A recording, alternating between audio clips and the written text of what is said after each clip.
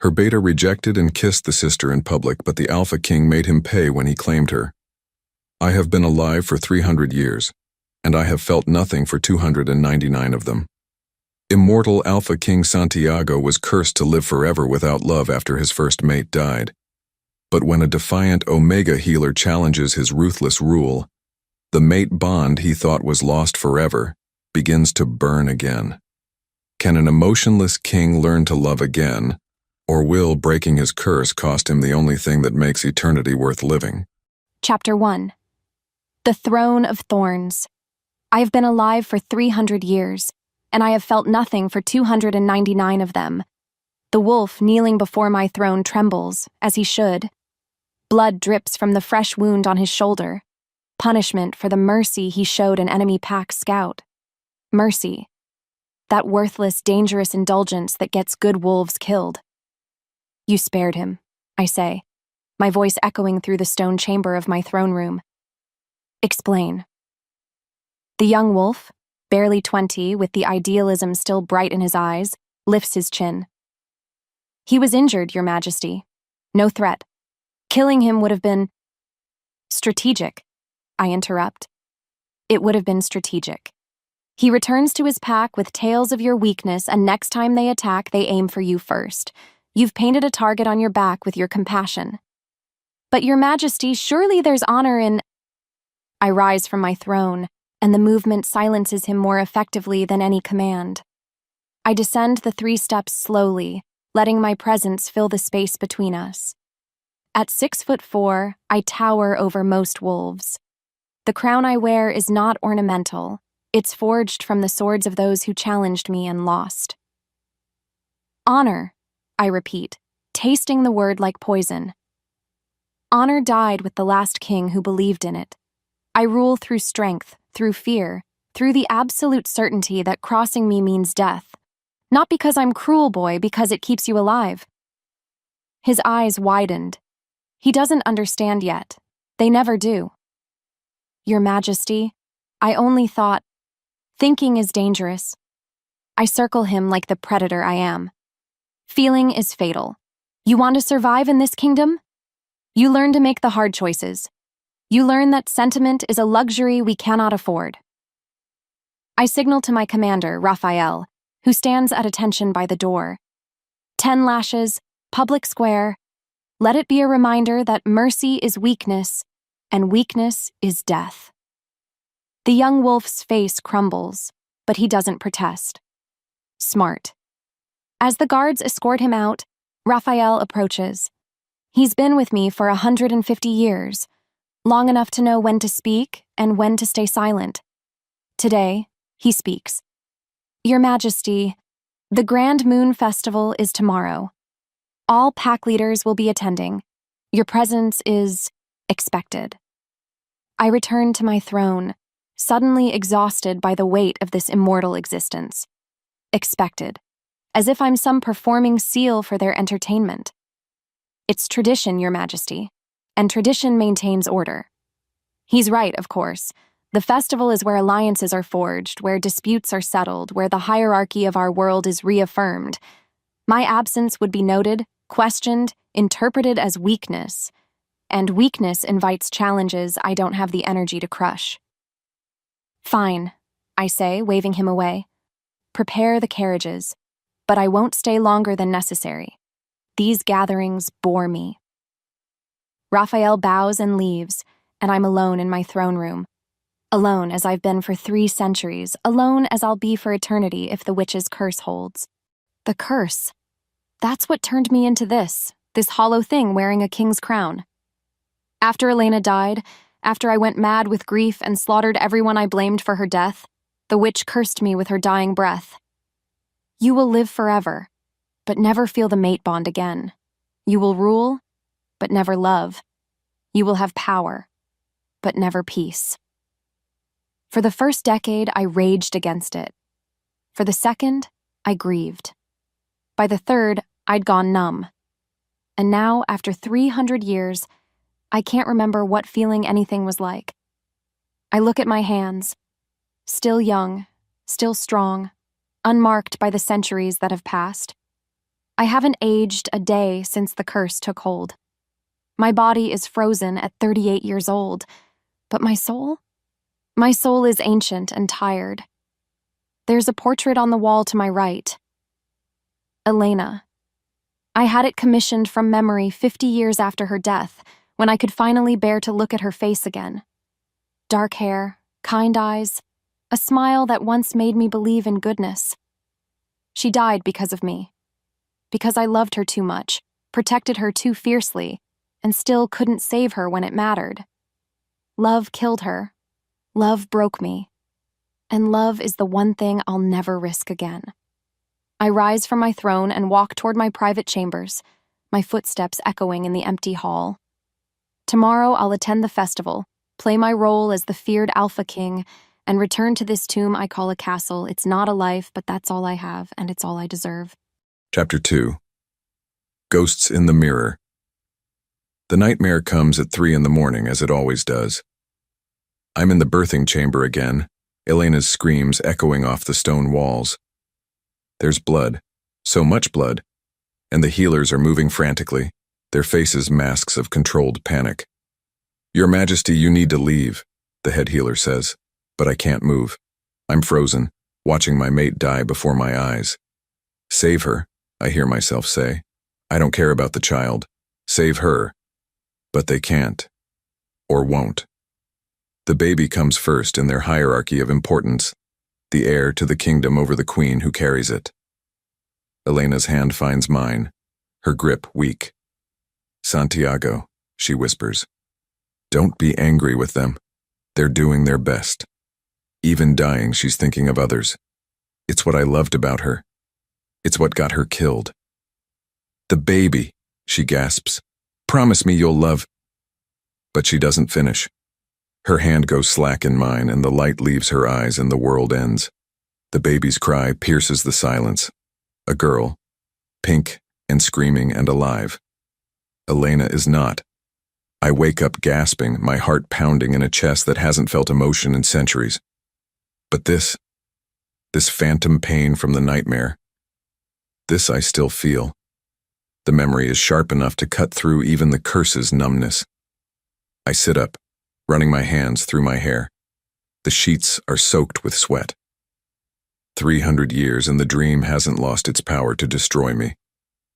My chambers are dark except for the dying embers in the fireplace. I rise, naked, and walk to the mirror that hangs on the far wall. The man staring back at me is a stranger.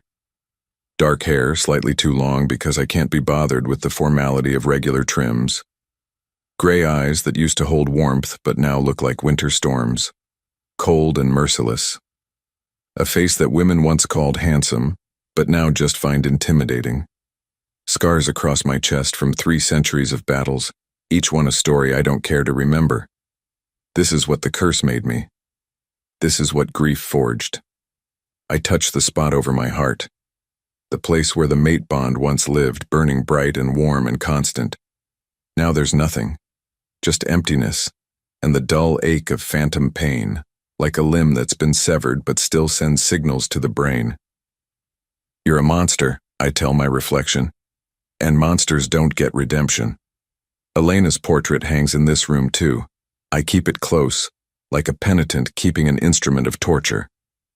Every day I wake up and see her face, and every day I remember why I can never allow myself to care about anything again. I'm sorry, I whisper to the portrait, as I do every morning. I'm sorry I wasn't enough to save you. She doesn't answer. She never does. I pour myself a glass of whiskey from the decanter on my desk. It's barely dawn, but time has lost meaning when you're immortal. Morning, night, it's all the same gray existence. The whiskey burns going down, and I savor it. Physical pain is one of the few things I can still feel. Sometimes I seek it out deliberately. Fights I don't need to take. Wounds I don't bother to heal quickly. Anything to feel something other than this vast, consuming nothing. Raphael thinks I have a death wish. He's wrong. I can't die. The curse ensures that. I just wish I could feel alive. There's a knock at the door. I don't bother to dress before answering. Modesty is for people who care what others think. Enter. It's Raphael, of course. Dressed in his formal guard uniform, his expression carefully neutral. He's seen me in worse states. Your Majesty, the carriages are ready for the festival. We should depart within the hour if we're to arrive on time. I nod, draining the whiskey. I'll be ready in 30 minutes. He hesitates, something he only does when he has something to say that I won't want to hear. Speak, I commanded.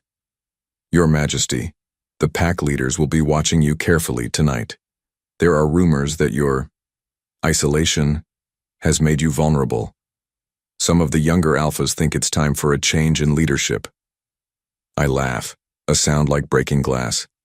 Let them try. I've killed better wolves than them. I don't doubt that, Your Majesty. But perception matters. If they see you as what? Weak? Broken? A shell of the king I once was? I turn to face him fully. They're right, Raphael. I am all those things. But I'm also immortal, more powerful than any of them will ever be, and utterly without mercy. If they want my throne, they're welcome to try taking it. I'll enjoy the entertainment. Raphael's expression doesn't change, but I see the concern in his eyes. He's one of the few who remembers me before. Before Elena. Before the curse. Before I became this. As you say, Your Majesty. He bows and leaves. I dress methodically, black on black, because anything else would require caring about appearance. The crown sits heavy on my head, but I've worn it for so long the weight is familiar. One last look at Elena's portrait. Wish me luck at the festival, my love, I say softly. Though we both know luck abandoned me the day you died. I leave my chambers, my footsteps echoing in the empty corridors. The castle is massive, built to house a large family, a bustling court, the life of a thriving kingdom. Instead, it's a mausoleum, and I'm the corpse that refuses to lie down. Chapter 3. The Festival of Fools. The Grand Moon Festival is exactly as tedious as I expected. The venue is the neutral grounds between territories, a massive clearing surrounded by ancient oaks, decorated with lanterns and silk banners bearing the crests of every major pack. Wolves in their finest clothes mill about drinking wine, forming alliances, spreading gossip. Politics dressed up as celebration. I hate it. My arrival causes the expected stir. Conversations pause mid-sentence. Eyes track my movement through the crowd. Some wolves bow deeply, others manage only stiff nods. Fear and respect are hard to distinguish, and I don't particularly care which I inspire. Raphael walks 2 steps behind me, his hand resting casually on his sword hilt. Not a threat, just a reminder. Your Majesty, Lord Pembroke approaches with his usual obsequious smile. What an honor to have you grace us with your presence. The festival was starting to feel incomplete without our esteemed Alpha King. Flattery from a man who I know has been quietly lobbying for more autonomy from the crown. I see through him like glass. Lord Pembroke, I acknowledge with the bare minimum of courtesy. I trust your pack prospers? Oh, indeed, indeed. Though nothing compared to your own magnificent territories, of course. We exchange more meaningless pleasantries before I move on. This is the dance. Appearing engaged while feeling nothing, playing the role of king while my mind wanders elsewhere. The crowd shifts, and that's when I see her. She's standing near the edge of the gathering, partially hidden by a stone column. Young, maybe 25. Dark hair pulled back in a simple style that sets her apart from the elaborate coiffures around her. A plain dress, well made but not expensive. Her posture suggests she wishes she could disappear entirely. Something about her energy is different. While everyone else is pushing forward, networking, climbing, she's retreating, trying to be invisible. I find myself watching her, and I don't know why. She's not the most beautiful woman here. Lady Asherton's daughters are objectively more striking. She's not the highest ranking. There are multiple alpha daughters in attendance. But there's something about the way she holds herself, like she's bracing for impact. Who is that? I ask Raphael quietly. He follows my gaze. I believe that's Catalina Flores, Your Majesty. Omega from the Shadow Pack. She's here as… I'm not certain, actually. Not as an official representative. An Omega. That explains the isolation. Even in these supposedly enlightened times, the Omega caste is still treated as lesser, useful for their gifts but not worthy of real respect. Before I can consider why I care, the formal presentations begin. Pack leaders step forward to pledge loyalty, present gifts, make their cases for various petitions. It's all procedure, all expected. I'm not paying attention. I'm watching the Omega who doesn't want to be seen, and wondering why she looks like she's waiting for an execution. Then Diego Ramirez steps forward. I know Diego. He's the beta of Shadow Pack. Competent enough, arrogant in the way of young wolves who think rank equals worth. His father served me loyally for decades before retiring. Diego has been angling for more power, more territory, more everything. Your Majesty, Diego's voice rings out. Alpha King Santiago, I come before you to make an announcement that will strengthen the bonds between packs and ensure the prosperity of our bloodlines. There's something performative about his tone. This isn't just an announcement. It's theater. The crowd quiets, sensing drama. For 3 years, Diego continues, I have been courting my fated mate. We've kept our relationship private, respecting tradition, but tonight, under the full moon, I wish to make my choice public. Fated mate. The words strike something in me, a memory of pain, of what I lost. I push it down. Diego scans the crowd and his eyes land on the Omega by the column, on Catalina. She goes very still. Even from here, I can see the hope and fear warring on her face. My fated mate, Diego says slowly, is Catalina Flores. The crowd reacts, some gasps, some whispers. An Omega as a beta's mate is unusual, but not unheard of. Catalina's expression transforms into something like desperate relief. But Diego isn't finished. However, he continues, his voice carrying across the sudden silence, I must reject this bond. Catalina Flores is unworthy of a beta's mark. Her rank, her lack of connections, her deficiencies make her unsuitable to stand beside me. The words hit like a physical blow. I see it in Catalina's face, the way hope shatters, the way humiliation floods in. The crowd's whispers turn cruel. Some laugh, others shake their heads in pity, and then Diego does something unforgivable. He reaches out to his side and pulls forward another young woman, almost identical to Catalina, but dressed more expensively. The resemblance is striking. This is Isabella Flores, Diego announces, Catalina's sister, and she is the mate I choose. She understands the requirements of my position. She values strength over sentiment. She is worthy. Before the shocked crowd, before the Alpha King, before his rejected fated mate, Diego pulls Isabella into his arms and kisses her. Isabella kisses him back, Catalina's sister, her own sister. The betrayal is layered, complex, devastating. And that's when something impossible happens. A pain lances through my chest, sharp, sudden, stealing my breath. For the first time in 300 years, I feel something other than numbness or memory. My hand goes to my heart, where the mate bond once lived. It's awakening. No, this isn't possible. The curse. Another pulse of pain, stronger this time, and with it comes awareness flooding through channels that have been dead for centuries. I feel everything. The night air on my skin, the scent of the forest, the emotions of the crowd, and her pain. Catalina's pain, hitting me like a tidal wave. I stagger slightly, catching myself on a nearby pillar. Raphael is at my side instantly. Your Majesty? I can't speak, can't breathe. The mate bond is screaming to life, and it's connecting me to the woman whose heart is breaking 30 feet away. Catalina is my mate. The curse has broken. and I have no idea what to do with this revelation except to feel, for the first time in 3 centuries, everything I've been hiding from. Chapter 4. When the monster feels again.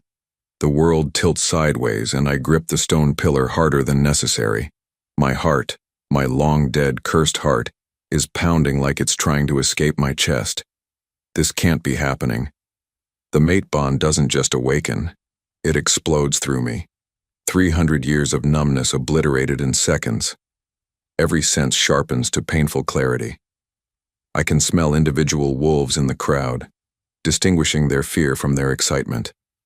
I can hear hearts beating, whispered conversations 50 feet away, the rustle of fabric against skin. And I can feel her. Catalina's emotions pour into me through the newly formed bond, shame, heartbreak, betrayal so deep it feels like drowning. The humiliation of public rejection mixed with the agony of her sister's treachery. She's barely holding herself together, and I'm experiencing every second of her collapse. Your Majesty, you need to sit down. Raphael's voice cuts through the chaos in my head. No. The word comes out rougher than intended. What do I need? To run? To claim her? To reject this bond before it destroys me like the last one did? Catalina is moving now, pushing through the crowd toward the exit. Her movements are jerky, uncoordinated, like a wounded animal fleeing hunters. The crowd parts for her, some with pity, most with cruel amusement. Through the bond, I feel her singular thought. Get away. Just get away. And then, underneath that, make it stop. Please, make it stop. My wolf, dormant for centuries, suddenly roars to life. She's thinking about ending it, about jumping off the cliff beyond the festival grounds where the drop is steep and the rocks are sharp and the pain would finally stop. My body moves before my mind catches up. I'm crossing the festival grounds in long strides, ignoring the startled looks, the attempts at conversation, the social niceties that governed this evening. Raphael calls after me, but I don't stop. The bond pulls me like a rope around my heart, and I follow it into the darkness beyond the lantern light. She's fast, driven by desperation. But I'm faster, driven by something primal I don't fully understand yet. I found her at the cliff's edge, exactly where I feared. The moon illuminates her from behind, turning her into a silhouette against the night sky. She's standing too close to the edge, looking down at the rocks below. Her hands are shaking. Her breath comes in hitching sobs. Don't. My voice cuts through the night. She spins around, startled, nearly losing her balance. I move without thinking, closing the distance and pulling her away from the edge. The moment I touch her, the bond surges. Skin-to-skin contact amplifies everything. Her pain, my panic, the desperate need to keep her safe. She tries to pull away. Let me go. No. I don't recognize my own voice. When was the last time I cared enough to refuse someone's request? You don't understand. She's crying now, tears streaming down her face. I can't do this. The shame, the humiliation, having to live knowing that everyone watched me be rejected for my own sister.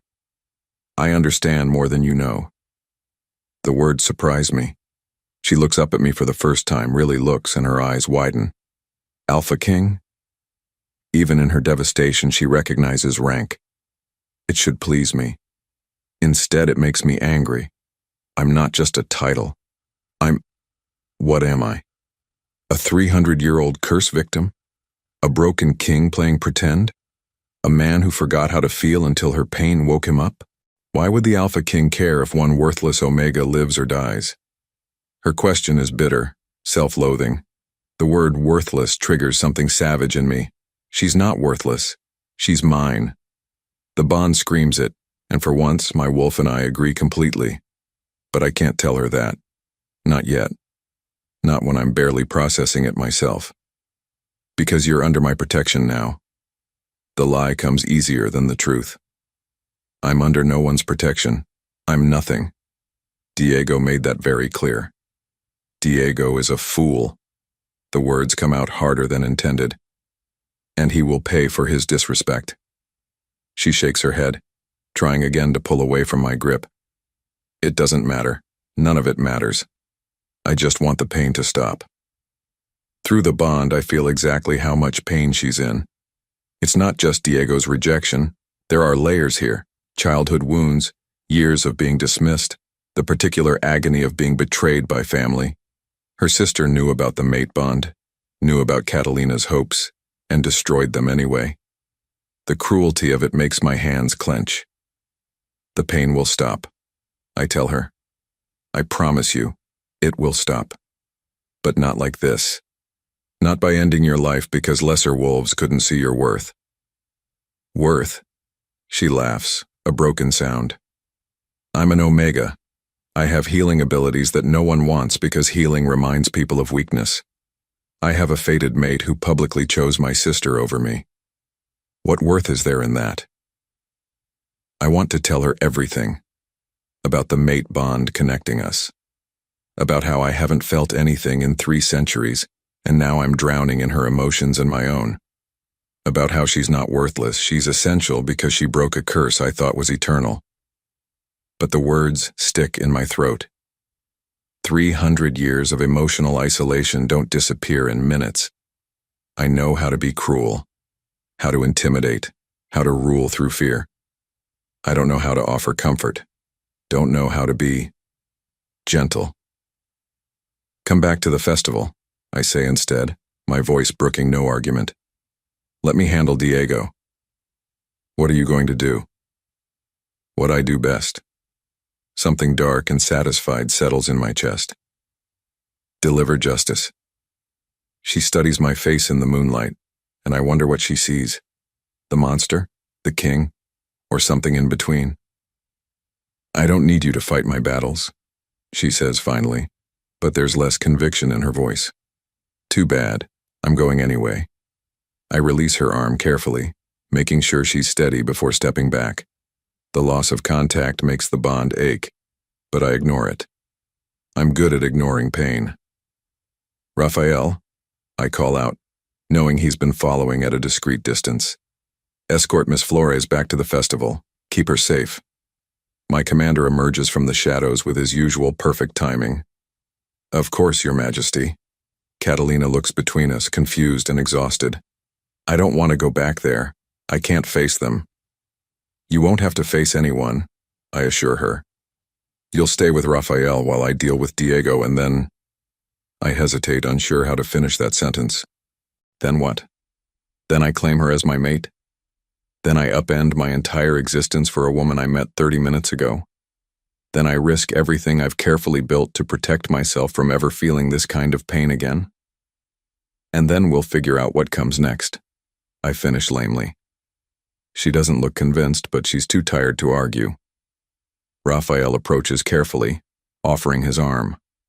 After a moment, she takes it. As they walk back toward the festival lights, I stand alone in the darkness and try to process what just happened. The curse is broken. I have a mate. And Diego Ramirez just made the fatal mistake of destroying what belongs to me. My hands are shaking, whether from rage or fear or the overwhelming sensation of feeling again, I can't tell. Elena, I whisper to the night. I'm sorry, but I think I'm about to betray your memory because I can't let her go. I can't go back to being numb. The wind carries no answer. I turn back toward the festival, toward the beta who needs to be taught the cost of his cruelty. And for the first time in 300 years, I feel something other than numbness. I feel rage, and it feels glorious. Chapter 5. The Price of Betrayal. By the time I return to the festival, I've regained control of my expression. Inside, I'm chaos. The mate bond screaming, my wolf demanding blood, 3 centuries of suppressed emotion trying to surface all at once. Outside, I'm the cold alpha king they expect. The crowd has resumed their festivities, the drama already being dissected over wine and whispered speculation. Diego stands near the center, Isabella still clinging to his arm, accepting congratulations from wolves too short-sighted to see what he's really done. He sees me approaching and has the audacity to smile. Your Majesty? He greets me with a bow that's just deep enough to avoid insult. I trust you witnessed my announcement? I hope it meets with your approval.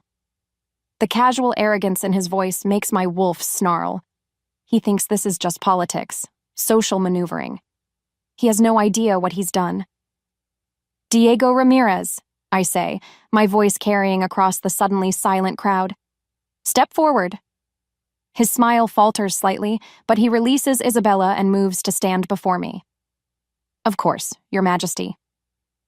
I let the silence stretch, watching him shift uncomfortably. Good. Let him feel a fraction of the discomfort he caused. Explain to me, I begin, my tone conversational, the tradition of the mate bond in our culture. He blinks, confused by the question. Your Majesty? It's a simple question, Beta. Explain the mate bond. The mate bond is? It's a sacred connection between wolves, chosen by fate or the moon goddess depending on beliefs. It's meant to create strong partnerships that benefit the pack. He's reciting something he learned as a child, not understanding where this is going. Sacred, I repeat, chosen by fate, meant to create strong partnerships. Tell me, Diego, in what tradition is it acceptable to publicly reject your fated mate? His face pales slightly. Your Majesty, I was merely exercising my right to choose. Your right to choose ended the moment the mate bond formed. My voice drops to something dangerous. The bond isn't a suggestion, Beta, it's a gift, and you just spat on it in front of every pack leader in the kingdom. The crowd's whispers grow louder. This isn't just about Diego anymore. It's about the fundamental laws that govern us. With respect, Your Majesty, the bond was incompatible. Catalina Flores is an Omega. Her rank, I interrupt, is irrelevant to the mate bond. Or are you suggesting that fate makes mistakes? That the moon goddess herself is incompetent? It's a trap, and he's walking right into it. If he says yes, he's challenging divine will. If he says no, he's admitting his rejection was purely social climbing. I simply meant that practical considerations sometimes must outweigh practical considerations. I step closer, and he instinctively steps back. Is that what we're calling ambition and cruelty now? Isabella, emboldened by stupidity, steps forward. Your Majesty, surely you can see that Diego needs a mate who can support his position, someone with proper connections, and I don't recall asking for your opinion. I don't even look at her. In fact, I don't recall acknowledging your existence at all. Step back. She goes white, but obeys. I return my attention to Diego. You rejected your fated mate publicly. You humiliated her before every major pack in the kingdom. And then, in the ultimate display of disrespect, you chose her sister, as your replacement. Tell me, Beta, in what scenario do you imagine this ends well for you? Your Majesty, I meant no offense to the crown, or the offense isn't to the crown. The words come out cold. It's to every wolf who believes that the mate bond means something. It's the foundation of our society.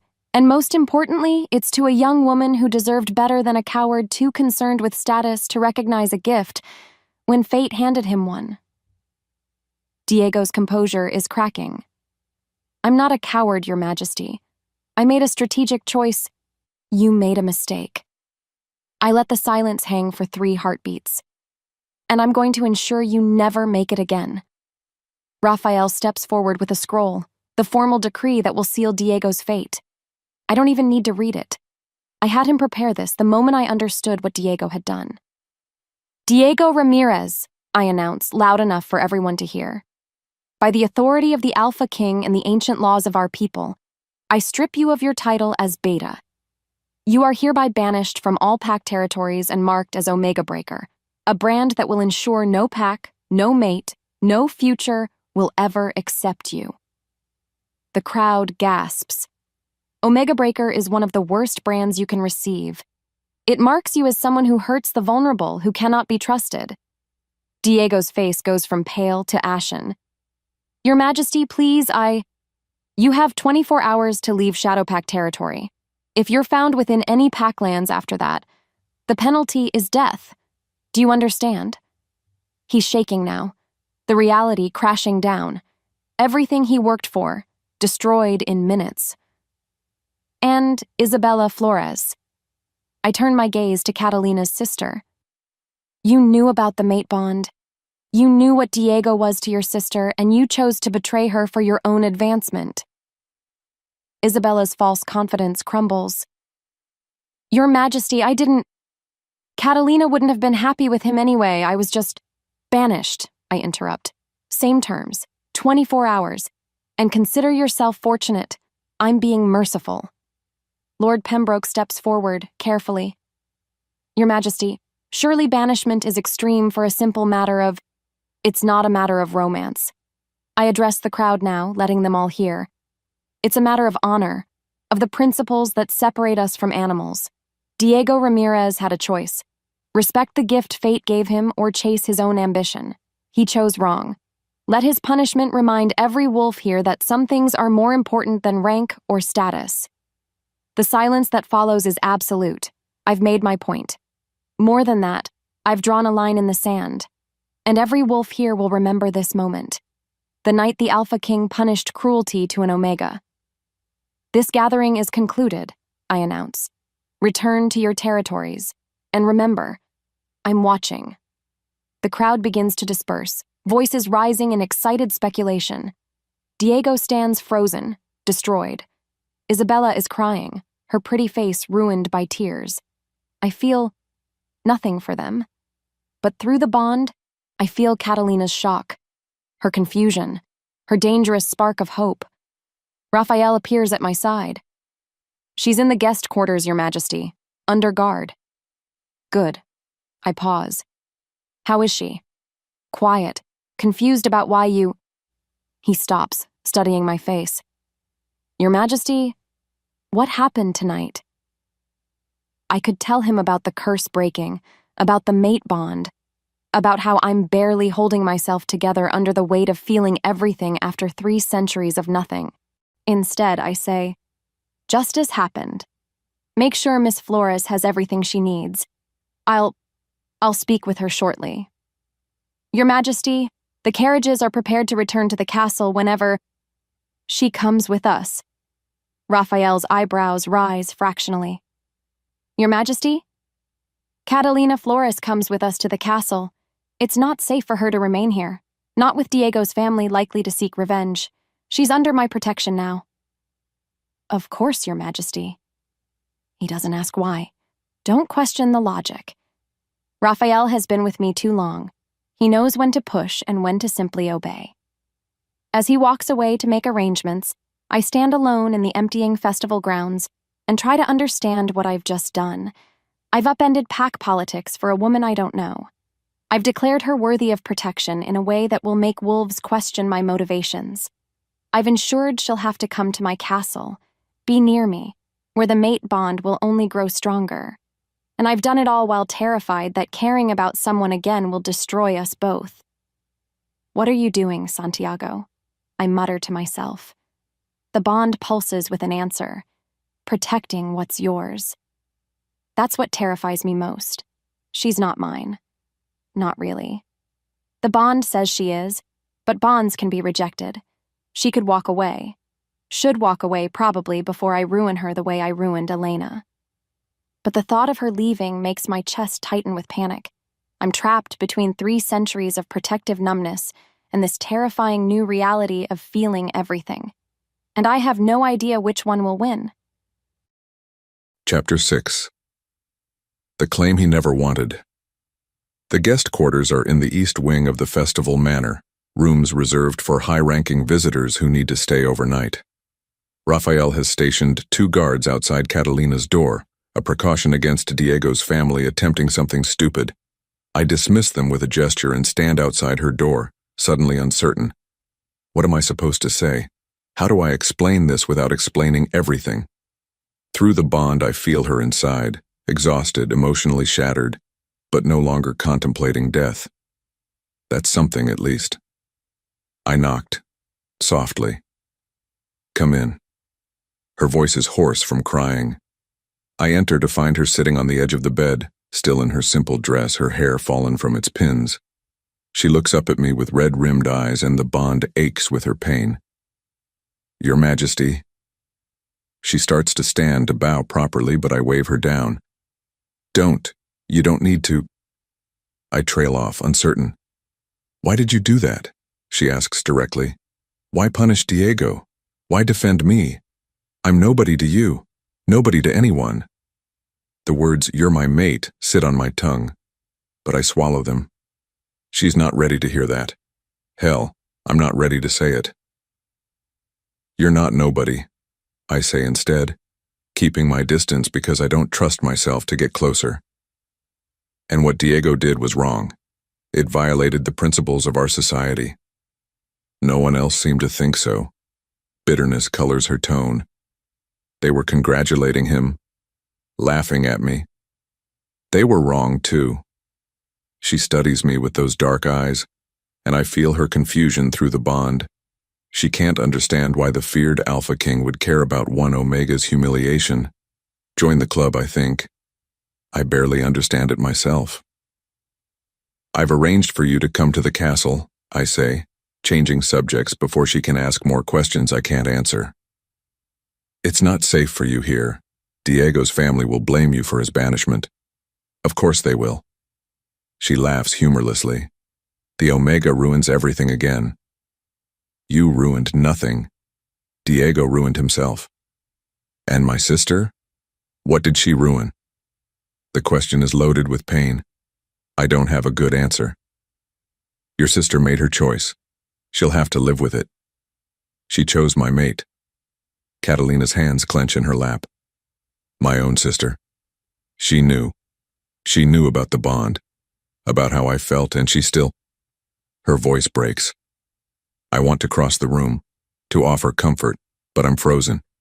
300 years of not touching anyone, not connecting, not allowing myself to care. It's a wall I can't just tear down because the bond tells me to. "Come to the castle," I repeat. "At least until this settles. You'll be safe there, protected." "For how long? A week? A month? And then what?" "I'm still a banished Omega with nowhere to go." "You're not banished. Diego and Isabella are banished. You've done nothing wrong." "I exist. Apparently, that's enough." The self-loathing in her voice cuts through the bond like a blade. She genuinely believes she's worthless, that her existence is a burden, that the world would be better without her. My wolf snarls at the thought. 1 month, I hear myself say. Come to the castle for 1 month. Let the scandal die down. Let Diego's family accept the punishment. And then, if you want to leave, I'll personally ensure you have safe passage and resources to start somewhere new. She looks up, surprised. Why would you do that? Because you're my mate. Because the curse broke when I felt your pain. Because for the first time in 3 centuries, I feel something other than numbness, and it terrifies me. But I can't let you go. Because it's the right thing to do, I say instead. It's not a lie exactly. Just not the whole truth. She searches my face, looking for... what? Deception? Ulterior motives? She won't find them. I'm not even sure what my motives are anymore. 1 month, she finally agrees. But I won't be a charity case. If I'm staying at the castle, I want to work. I can help in the healing wards or the kitchens or... You'll be a guest, not a servant. I don't want to be a guest. I've been pitied enough for 1 lifetime. The pride in her voice surprises me. Even destroyed, even humiliated, she has standards. She has dignity. My respect for her grows. Fine, I concede. You can work with the healing staff. We always need skilled healers. Thank you. The silence stretches between us, loaded with everything unsaid. Through the bond, I feel her exhaustion, her confusion, and underneath it all, a tiny spark of curiosity about me. Who is the Alpha King, really? Why does he care? What does he want from me? I wish I had good answers. We leave at dawn, I tell her. Raphael will ensure you have everything you need for the journey. I turn to leave before I do something stupid like tell her the truth. Your Majesty? I pause at the door. Why do you really care what happens to me? The question hangs in the air between us. I could lie, should lie, but something in her voice, the desperate need to understand, stops me. I don't know yet, I admit, but I'm going to find out. It's the most honest thing I've said all night. I leave before she can ask anything else, closing the door gently behind me. Raphael is waiting in the corridor. One look at my face, and he knows something has shifted. Your Majesty? She's coming to the castle. She'll work with the healing staff. Make sure everyone knows she's under my direct protection. Anyone who disrespects her answers to me personally. Of course, Your Majesty. May I ask? No. I cut him off. You may not ask. Not yet. Because I don't have answers. Not for him, not for her, not for myself. All I know is that 3 hours ago I was numb, dead inside, going through the motions of existence. And now I'm drowning in sensation, in emotion, in a connection I never wanted and can't resist. The curse is broken. But I'm starting to wonder if the cure might be worse than the disease. Because feeling everything after feeling nothing, it's agony. And I have a terrible suspicion it's only going to get worse. Chapter 7. The Castle of Echoes. The journey to my castle takes 4 hours by carriage. I ride separately from Catalina, partly for propriety, mostly because I can't handle being in close quarters with her yet.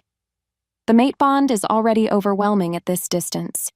In an enclosed space, I'd lose what little control I've managed to maintain. Through the bond, I feel every bump in the road that jostles her, every moment of anxiety as we travel further from everything she's known. She's afraid, though she's trying to hide it. Brave little Omega, pretending she's not terrified of what awaits her.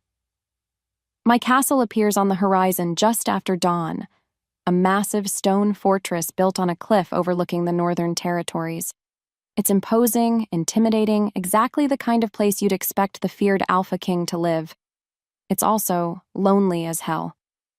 Through Catalina's eyes, or rather through the emotions flooding the bond, I experience my home anew.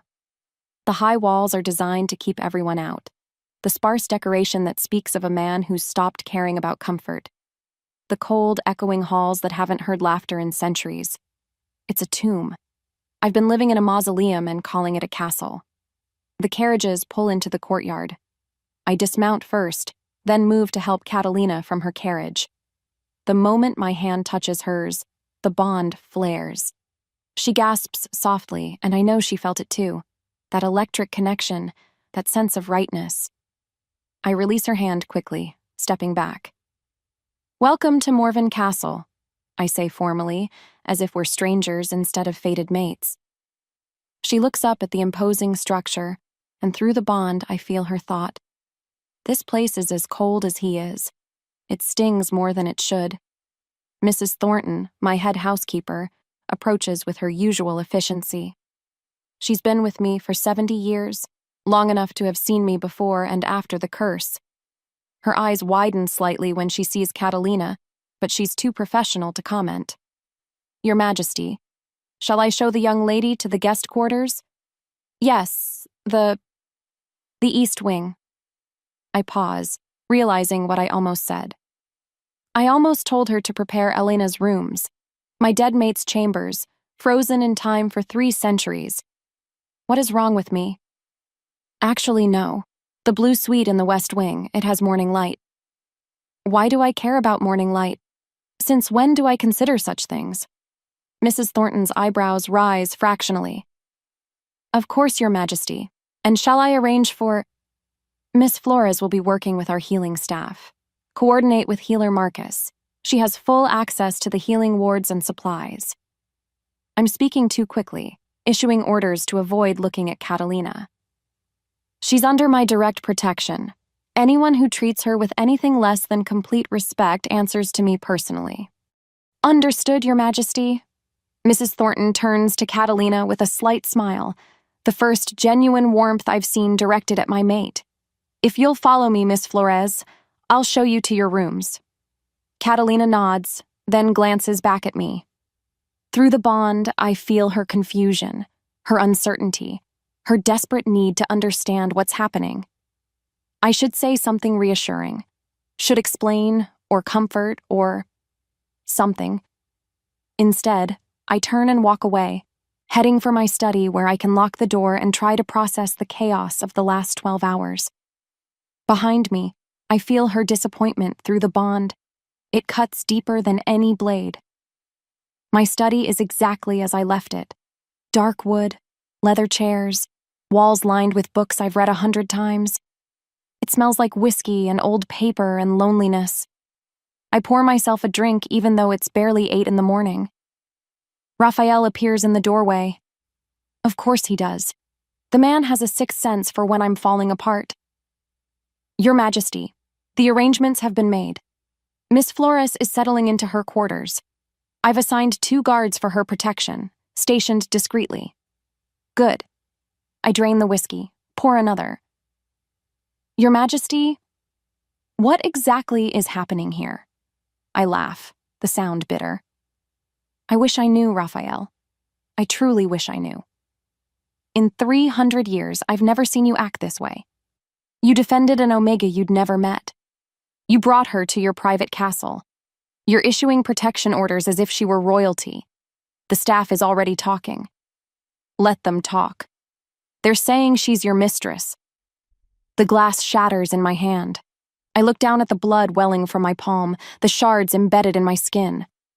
Physical pain. At least that I understand. She is not my mistress. The words come out as a growl. She is... I stop myself before saying my mate. Raphael is watching me carefully. Too carefully. What is she then, Your Majesty? I pull the glass from my palm, watching the wounds heal almost instantly. Immortality has its perks, even if healing doesn't extend to the soul. I don't know, I admit. But I felt her pain last night, Raphael. When Diego rejected her, when he humiliated her, I felt it. For the first time in 300 years, I felt something. Understanding dawns on Raphael's face. The curse is broken. I meet his eyes. The mate bond. It's her. Catalina is my mate. The silence that follows is heavy with implications. Your Majesty, Raphael says carefully. Does she know? No. Are you going to tell her? I don't know. I move to the window, looking out over the grounds. How do I tell her that? By the way, you're fated to the monster who's been dead inside for 3 centuries. Hope you're ready for emotional disaster. You're not a monster, Your Majesty. Aren't I? I turn to face him. I've spent 300 years being exactly that. Cruel, cold, ruthless. I've forgotten how to be anything else. And now there's this woman, this brave, broken woman, who's connected to me by fate. And all I can think is that I'm going to destroy her the way I destroyed Elena. Elena died in childbirth. That wasn't your fault. Wasn't it? The old guilt rises, sharp as ever. I loved her too much, protected her too fiercely, made her into something fragile that couldn't survive the reality of our world. And when she needed strength, I'd already taken it from her by trying to shield her from everything. That's not what happened, and you know it. Do I? I pour another drink. All I know is that everyone I love dies or suffers. The curse was almost a mercy. It kept me from caring enough to cause more damage. And now? Now I feel everything. Her pain, her fear, her confusion. It's overwhelming, Raphael. 72 hours ago, I was numb. Now I'm drowning in sensation, and I have no idea how to function like this. Raphael moves to stand beside me at the window. Perhaps that's not a curse, Your Majesty. Perhaps it's exactly what you needed. To be tortured by emotions I can't control? To remember you're alive. He meets my gaze steadily. You've been a ghost haunting your own castle for 3 centuries. Maybe it's time to live again. And if living means risking her, what if my love destroys her like it destroyed Elena? What if it doesn't? Raphael counters. What if you're not the same man you were 300 years ago? What if she's stronger than Elena was? What if fate gave you a second chance for a reason? I want to believe him. God, I want to believe him. But fear is a powerful thing, especially when you've spent 300 years cultivating it. She deserves better than a broken king with a dead heart. Your heart isn't dead, Your Majesty. If it were, you wouldn't be feeling her pain. You wouldn't have defended her. You wouldn't be standing here terrified of hurting her. Dead hearts don't fear. They don't care. He's right, and I hate that he's right. I don't know how to do this, I admit quietly. How to be connected, vulnerable, open. Then learn. You have time. She agreed to stay for a month. Use that time to figure out who you are now, not who you were 300 years ago. A month. 4 weeks to decide if I'm brave enough to claim my mate or coward enough to let her go. Keep the guards on her, I say finally. Diego's family won't let this go quietly. And Raphael? Make sure Mrs. Thornton treats her well. Like she's the future queen? Raphael's tone is knowing. Like she's important. He bows and leaves, and I'm alone again with my thoughts and a bond that won't stop pulling me toward a woman I'm terrified to get close to. Through the bond, I can feel Catalina exploring her new rooms. She's found the balcony, standing in the morning sunlight, letting it warm her skin. There's a moment of peace in her, a brief respite from the pain. I close my eyes and let myself feel it. Her calm, her wonder at the view, her cautious hope that maybe, just maybe, things might be okay. And I make a decision. I won't tell her about the mate bond. Not yet. Not until I know I can be what she needs without destroying her in the process. But I will let her in. Slowly, carefully, one day at a time. If she runs, I'll let her go. And if she stays, well, I'll deal with that impossibility when it comes. Chapter 8. Learning to feel and hating it. 3 days pass and I'm failing spectacularly at this letting her in slowly plan. The problem is the mate bond. It's not a passive thing. It's active, invasive, constant. I feel Catalina every moment of every day. Her emotions bleed into mine until I can't distinguish where I end and she begins. When she wakes in the morning, I know it. The soft contentment of first consciousness, followed quickly by the memory of why she's here and the subsequent crash into sadness. When she works in the healing wards, I feel her concentration, her satisfaction when she successfully treats a patient, her frustration when someone dismisses her expertise because she's an omega. When she cries at night, and she does every night, I feel every sob like a physical blow. It's destroying my ability to function as king. Today's council meeting is a disaster. We're negotiating a trade agreement with the Eastern Territories, and I should be focused on tariffs and shipping routes. Instead, I'm distracted by Catalina's anxiety from 3 floors away. She's treating a difficult patient, and she's worried she's not skilled enough, and her self-doubt is bleeding through the bond so strongly I can barely hear Lord Pembroke's presentation. Your Majesty? Lord Pembroke looks at me expectantly. Do you agree with the proposed terms? I have no idea what terms he just proposed. I wasn't listening. I need to review the documents more carefully, I say, which is a diplomatic way of saying I wasn't paying attention. Raphael shoots me a concerned look. He knows what's happening. The rest of the council just thinks I'm being unusually indecisive. The meeting drags on for another hour and I catch maybe half of it. The other half is lost to the constant stream of Catalina's emotions pouring through the bond. When we finally adjourn, Raphael follows me to my study. Your Majesty, you can't continue like this. Like what? I pour myself the drink that's becoming routine. Distracted, unfocused. You nearly agreed to terms that would bankrupt 3 of our territories because you weren't listening. I caught that before signing. Barely. Raphael closes the door behind him. The bond is affecting you more than you're admitting. I'm fine. You're not fine. You're exhausted. You haven't slept properly in days. And you're avoiding her, which is only making it worse. He's right, of course. I've been deliberately staying away from Catalina, thinking distance would help. It doesn't. The bond doesn't care about physical distance. It's an emotional tether that can't be cut by simply being in different rooms. I don't know how to shield from it, I admit. 300 years of feeling nothing, and now I feel everything. It's too much, Raphael. I can't think, can't focus, can't. A spike of pain cuts through the bond, sharp and sudden. Catalina's pain, physical this time, not emotional.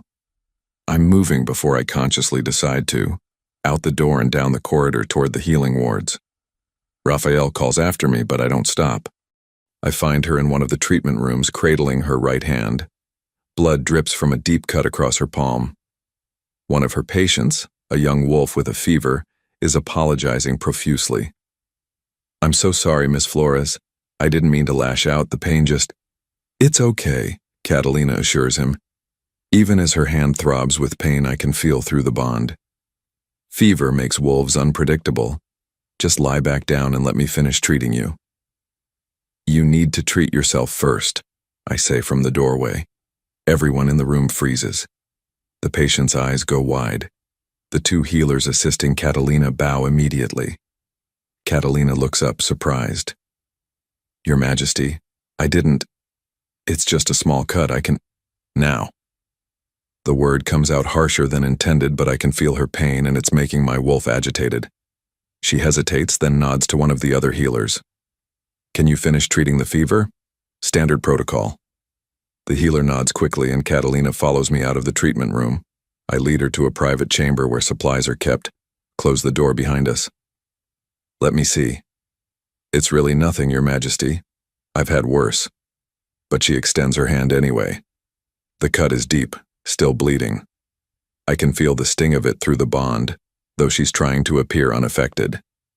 Without thinking, I reach for her hand, and the moment skin contacts skin, the bond surges. She gasps softly. She definitely felt that. "Your Majesty?" I ignore the question, focusing on her injury. There's healing salve on the shelf. I apply it carefully, watching her face for reactions. "You should have shielded when you approached him," I say, more to fill the silence than anything. "I did shield. He was faster than expected. You need to be more careful." "I know how to do my job, Your Majesty." There's an edge to her voice now, pride stung. "I didn't say you didn't know. I said you need to be more careful." "Why do you care?" The question bursts out of her, 3 days of confusion finally surfacing. "Why do you care if I get hurt? Why did you defend me at the festival? Why did you bring me here? I don't understand what you want from me." I finish bandaging her hand, taking longer than necessary because I don't know how to answer. "I don't want anything from you," I say finally. "Then why am I here?" "Because you're my mate. Because the curse broke when I felt your pain. Because I feel everything you feel and it's driving me insane. Because I'm terrified of what you mean to me. Because you needed protection and I could provide it." That's not an answer. She's right, it's not. I force myself to meet her eyes, those dark, questioning eyes that see too much. I don't have a better answer, I admit, not one that makes sense. Not even to me. She studies my face, and I can feel her frustration through the bond. She wants truth, deserves truth, and I'm giving her evasions. "I felt something," she says slowly, carefully. "When you touched me just now. And at the festival, when you pulled me away from the cliff. It's like electricity, connection. I don't understand it." My heart pounds. She's feeling the mate bond, even if she doesn't recognize it for what it is. "It's nothing," I lied. "Just proximity.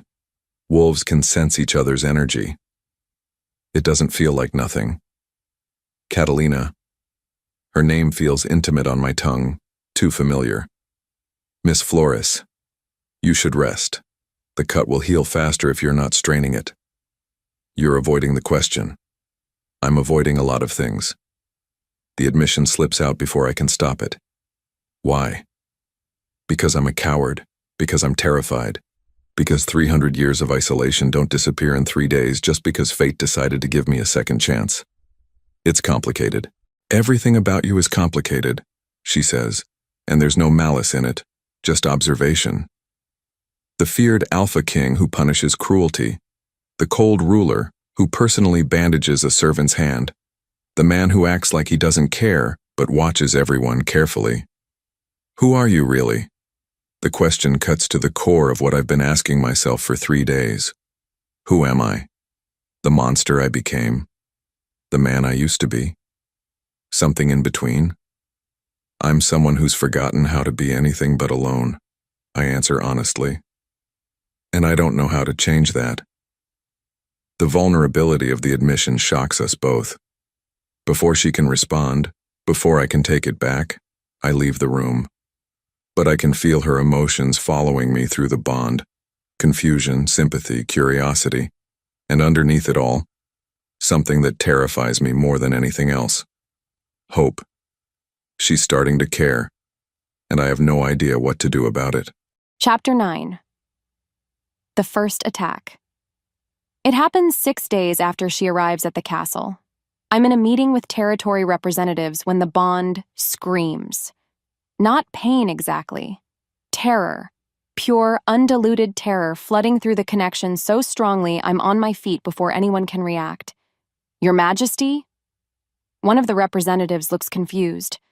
I'm already moving, already reaching for the sword I always keep nearby. Raphael is right behind me, not asking questions. He knows my tells by now. The bond pulls me toward Catalina's chambers. I take the stairs 3 at a time, my wolf surging forward, ready to kill whatever's threatening her. I smell blood before I reach her door. The guards I stationed are unconscious, alive but knocked out. Professional work. This wasn't random. I kick the door open. The assassin has Catalina pinned against the wall, a blade at her throat. She's fighting. There's a cut on the assassin's arm, blood on her hands. But he's bigger, stronger, trained. I see the emblem on his cloak, Diego's family crest. Rage explodes through me, primal and absolute. The assassin doesn't even get a chance to turn before I'm on him. I tear him away from Catalina with enough force to send him crashing into the wall. He tries to bring his blade up, but I'm faster. What happens next is violent and brutal and necessary. I don't just kill him. I make sure he feels every second of it, payment for daring to touch what's mine. When it's done, I'm covered in blood, breathing hard, my wolf still snarling for more violence. And then I remember Catalina. I turn to find her pressed against the far wall, eyes wide, watching me with an expression I can't quite read. Through the bond, I feel her emotions. Shock, residual fear, but also awe? Relief? Are you hurt? My voice comes out rougher than intended, still half wolf. She shakes her head, but her hands are trembling. There's a shallow cut on her throat where the blade was pressed. The sight of her blood makes my vision tinge red again. I move toward her, needing to check, to confirm she's okay. She doesn't back away, which surprises me. Most wolves would be terrified after seeing me tear someone apart. Let me see. I reach for her throat, and she tilts her head back, exposing the vulnerable column of her neck. The trust in that gesture nearly undoes me. The cut is shallow, painful but not dangerous. It's already starting to heal. But my hands are covered in the assassin's blood, and I suddenly realize what I must look like. A monster covered in gore hovering over a frightened woman. I step back. Raphael will get a healer to... Thank you. Her voice stops me. I turn back, confused. Thank you for saving me, she clarifies. I know you probably think you looked frightening, but I was terrified and then you were there and I knew I was safe. So, thank you. Something in my chest cracks. Not breaks. Cracks. letting light through fissures I thought were permanently sealed. "You shouldn't need saving," I say roughly. "You shouldn't be in danger at all. This is my fault. I brought you here. I made you a target." "Diego's family made me a target," she interrupts firmly. "You tried to protect me. This isn't your fault." But it is. Everything is my fault. Elena died because I loved her. Now assassins are coming after Catalina because I defended her. Everyone I care about suffers.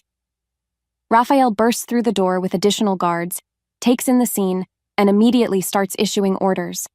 Remove the body, check the perimeter, question the unconscious guards. A healer arrives to treat Catalina's cut properly. I should leave, let them work. But I can't make myself move. The bond won't let me. It's demanding I stay close, confirm she's safe, protect her from any further threats. So I stand there like a sentinel, blood-soaked and dangerous, while the healer treats her. "Your Majesty," Raphael says quietly, "we should move Miss Flores to more secure quarters." "My chambers." The words come out before I think them through. Everyone freezes. "Your Majesty." Raphael's tone is carefully neutral. "My private chambers. Nobody gets through that door without going through me first." I meet his eyes, daring him to argue. He doesn't. He just nods and starts making arrangements. Catalina looks at me, uncertainty written across her face. Through the bond, I feel her confusion, her worry about propriety, but also safety. She feels safe with me, even after witnessing me kill someone with my bare hands. "Just for tonight," I add, trying to make it less scandalous. "Until we secure this wing better, you can take the bedroom. I'll sleep in the sitting room." It's not entirely proper, but it's better than death. She nods slowly. "Okay." An hour later, she's settled in my bedroom, wearing a nightgown borrowed from the housekeeper, her hair down around her shoulders. I've cleaned the blood off and changed into fresh clothes, but I can still feel the phantom weight of violence on my hands. I should feel guilty about killing the assassin. I don't. I'd do it again without hesitation. That should worry me. It doesn't. What worries me is how right it felt to defend her, how my wolf settled the moment she was safe, how I'm standing outside my own bedroom door like a guard dog, unable to sleep, unable to relax, still riding the adrenaline of protect mate. "Your Majesty?" Her voice comes through the door, soft and uncertain. "Yes?" I can't sleep. I keep feeling his hands on me. Through the bond, I feel her distress spiking again, the adrenaline crashes, the trauma settling in. "Do you want me to call the healer? They can give you something. Would you just talk to me? Your voice helps. Through the door is fine, I don't want to be alone with my thoughts right now." It's such a simple request, such a human need. And I haven't comforted someone in 300 years. I sit down with my back against the door. "What do you want me to talk about?" "Anything, everything. Tell me about the castle, about you. I don't care, just please." So I talk. I tell her about how the castle was built 400 years ago, about the architecture, about the ridiculous number of rooms that go unused. I tell her about Raphael, about how he's been with me longer than anyone. I tell her about the Northern Territories, about the wolves who live there, about the politics of pack leadership. I talk until my voice goes rough, until I hear her breathing even out through the door, until the bond tells me she's finally fallen asleep. And then I sit there in silence, my back against the door between us, protecting her even in sleep. This is dangerous. I know it's dangerous. Every moment I spend with her, every protective instinct I indulge, every crack in my armor. It's all leading somewhere I swore I'd never go again. But when I almost lost her tonight, when I saw that blade at her throat, something in me shifted irreversibly. I can't let her go. I can't keep her safe. And I have no idea how to reconcile those two truths. So I sit guard outside my own bedroom, protecting my mate from a world that wants to destroy her, and wonder how long I can keep lying to both of us about what this is. Chapter 10. The walls begin to crumble. The security situation after the assassination attempt is complicated. I can't keep Catalina in my private chambers indefinitely without causing a scandal that would undermine her position. But I also can't let her out of my sight without my wolf going insane with protective fury. The compromise is exhausting. I assign 4 guards to her at all times, upgrade the security on her quarters, and personally check every room she enters before she's allowed inside. It's excessive, it's obvious, and it's making everyone in the castle talk. Your Majesty, Mrs. Thornton says carefully on the 3rd day of this new arrangement, the staff is concerned about the nature of your relationship with Miss Flores. We're in my study, going over household matters. I've been distracted. Catalina is in the healing wards, and someone just made a dismissive comment about Omega healers, and her hurt is bleeding through the bond so strongly I want to find whoever said it and make them regret their existence. My relationship with Miss Flores is protective, I say firmly. Someone tried to kill her in my castle. That's unacceptable. Of course, Your Majesty, but the level of protection you've assigned, the personal attention you give her, it's leading to speculation. What kind of speculation? Mrs. Thornton hesitates. She's been with me long enough to know when I'm truly asking versus when I'm setting a trap. Some think she's your mistress, she says bluntly. Others think you're courting her. A few are spreading rumors that she's used Omega wiles to seduce you. My hands clench. And what do you think, Mrs. Thornton? I think, she says carefully, that I haven't seen you this alive in 70 years. I think whatever Miss Flores is to you, she's good for you, and I think you're terrified of admitting it. The honesty surprises me. Mrs. Thornton has always been professional, keeping proper distance. This is the most personal thing she's ever said to me. She's not my mistress, I say finally, and anyone spreading rumors about her being manipulative will be dismissed immediately. Catalina Flores is under my protection because she deserves it, because she needs it, and because I trail off, unsure how to finish. Because you care about her, Mrs. Thornton finishes gently. Do I? Is that what this is? Caring? It feels bigger than that, more consuming, more terrifying. I don't know what I feel, I admit. I've been numb for so long, now everything is overwhelming. Perhaps it's time to figure it out, Your Majesty, before the not knowing hurts both of you. She's right, of course, but figuring it out means confronting the mate bond, and I'm not ready for that conversation. After she leaves, I sit in my study and do something I haven't done in decades. I go to the library. The castle library is massive, filled with centuries of accumulated knowledge. Somewhere in these stacks are books on mate bonds, on curses, on the magical connections between wolves. I need to understand what's happening to me, to us. I find a section on mate bonds and pull down every relevant book. Most of it is information I already know. Mate bonds are rare, sacred, powerful connections that create emotional and sometimes physical links between wolves. They're meant to create strong partnerships, to produce powerful offspring, to strengthen pack bonds. But there's more here. Books I've never bothered to read because the curse made them irrelevant. I learned that mate bonds can form instantaneously or gradually, that they create empathic connections that allow mates to feel each other's emotions, that the stronger the bond, the more intense the connection, that breaking a mate bond can be fatal if the connection is deep enough. That last part makes me freeze. Fatal. If I fully claim Catalina, if we complete the bond, and then something happens to her, the witch's curse comes back to me. You will live forever, but never feel the mate bond again. But the curse broke. The bond formed. Does that mean the witch's magic is completely dissolved? Or did breaking the curse carry its own consequences? I found a book on curse breaking, ancient magic, mostly theoretical.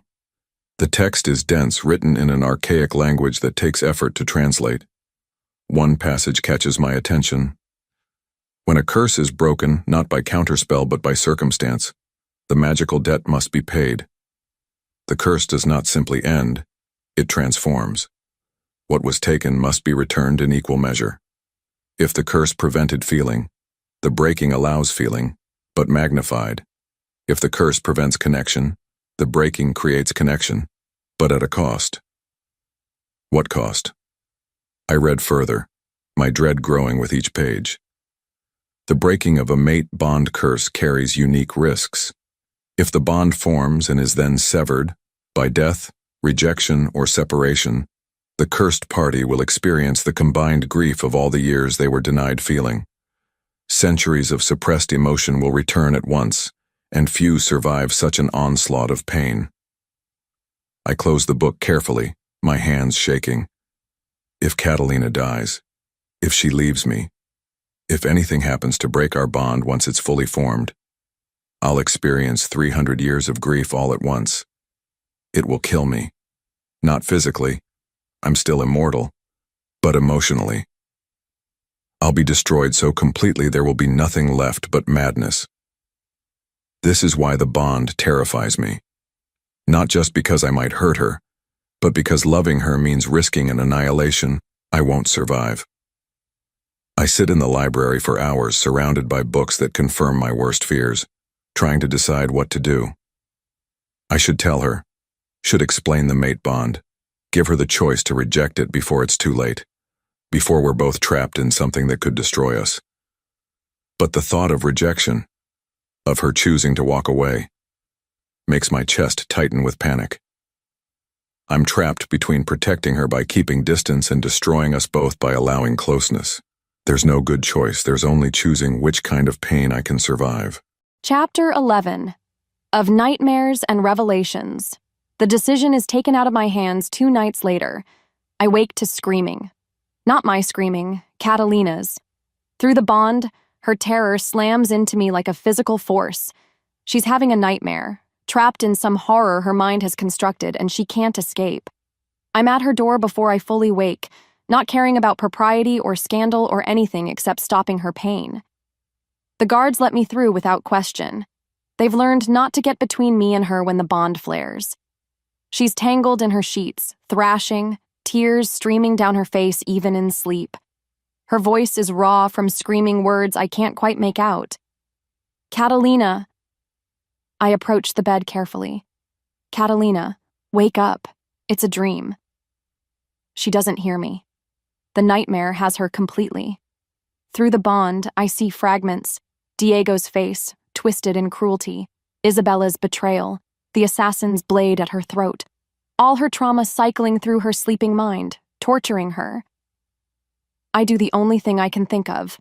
I climb onto the bed and pull her into my arms. The moment I touch her, the bond surges. She gasps, her eyes flying open, disoriented and afraid. Shh, I murmur, holding her carefully. You're safe. It was a dream. Just a dream. She's shaking, her heart racing against my chest. Through the bond, I push calm at her, trying to soothe the panic.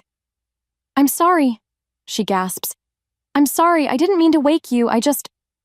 Don't apologize. There's nothing to apologize for. She's crying now, great heaving sobs that shake her whole body. And I'm holding her, this broken woman I barely know but can't live without, feeling every ounce of her pain through our connection. It was Diego, she manages between sobs, and Isabella, and the assassin. All of them, surrounding me, telling me I'm worthless, that I deserve everything that happened, that I... Stop. My voice is firmer than intended. None of that is true. Diego was a fool, Isabella was cruel, and the assassin is dead. None of them get to define your worth. She pulls back slightly to look at me, and I realize how close we are. I'm in her bed, holding her, in the middle of the night. Every rule of propriety violated. I should leave. I can't make myself let go. Why do you care so much? She whispers. About me, about what happens to me. I'm nobody, I'm nothing. You're not nothing. The words come out fiercer than intended. You're brave and skilled and kind even after the world has given you every reason not to be. You're everything those fools couldn't see, and I stop myself before saying, I need you or you're mine or any of the other true things that would terrify her. You what? She presses. I should lie, should deflect, should protect us both by maintaining distance. Instead, for the first time in 300 years, I choose truth. I feel you, I admit quietly. Your pain, your fear, your rare moments of joy. I feel them as if they're my own. I have since the moment Diego rejected you at the festival. She's very still in my arms. What does that mean? It means I take a breath, committing to this revelation even knowing the risks. It means the mate bond formed between us. You're my fated mate, Catalina. The silence that follows is absolute. Through the bond, I feel her shock, her disbelief, her racing thoughts trying to make sense of what I've just said. That's not possible, she finally whispers. You're the Alpha King. I'm an Omega. Fate wouldn't. Fate did. I'm still holding her, unable to let go even now. I don't understand it either. But when Diego rejected you, when you felt that pain, something in me woke up. A curse I've been living under for 300 years broke because I felt your suffering. 300 years? She's processing, trying to understand. But you look 38.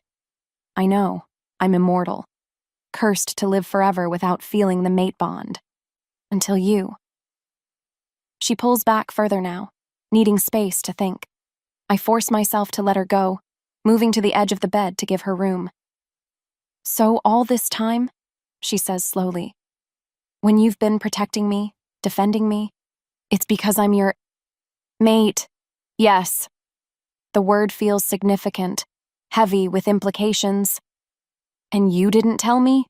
Because I didn't know how.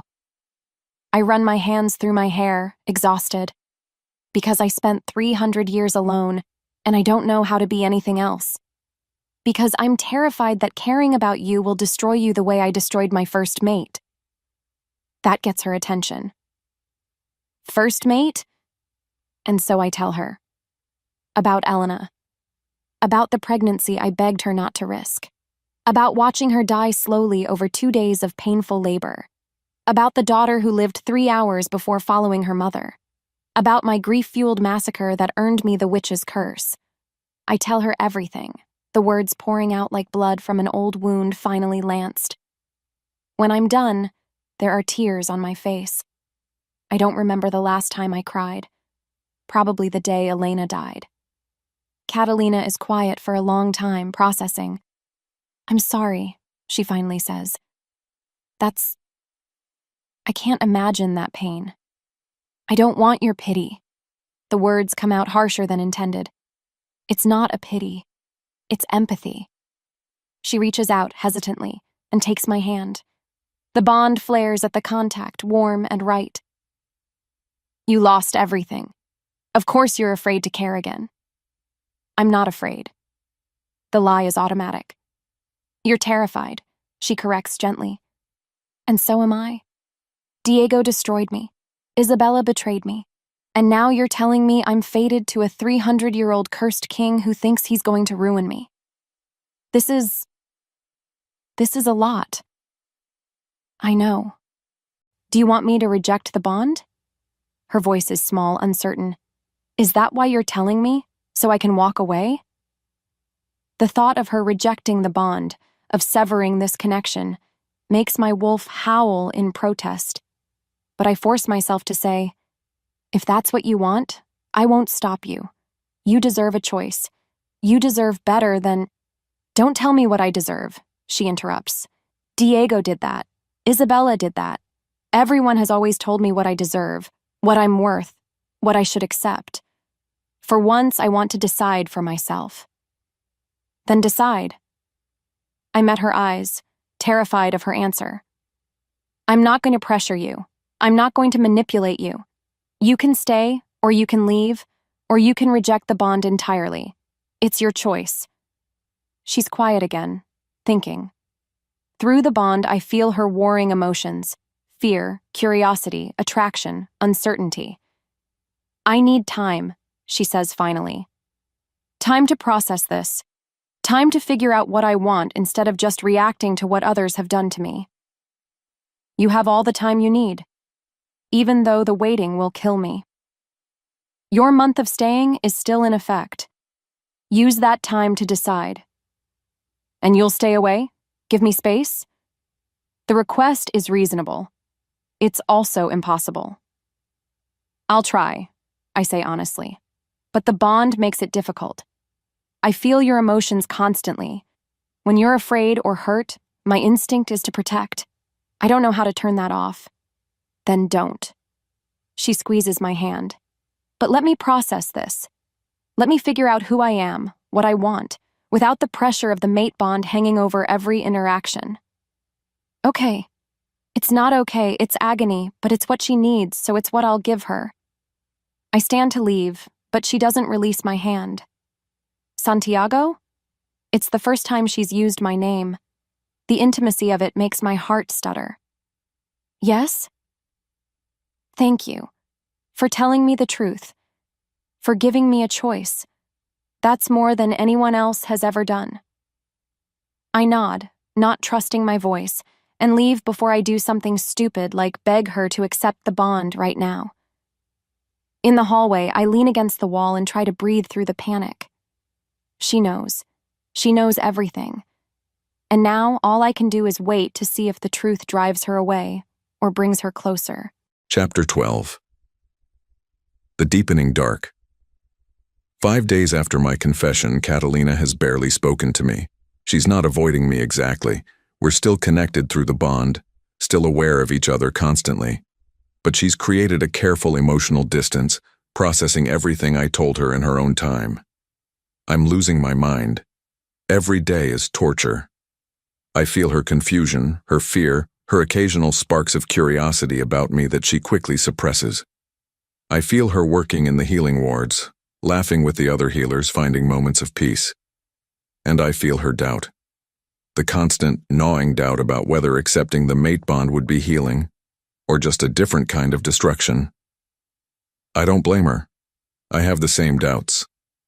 Raphael finds me in the training yard, working out my frustration on training dummies that don't bleed, but probably should given how savagely I'm attacking them.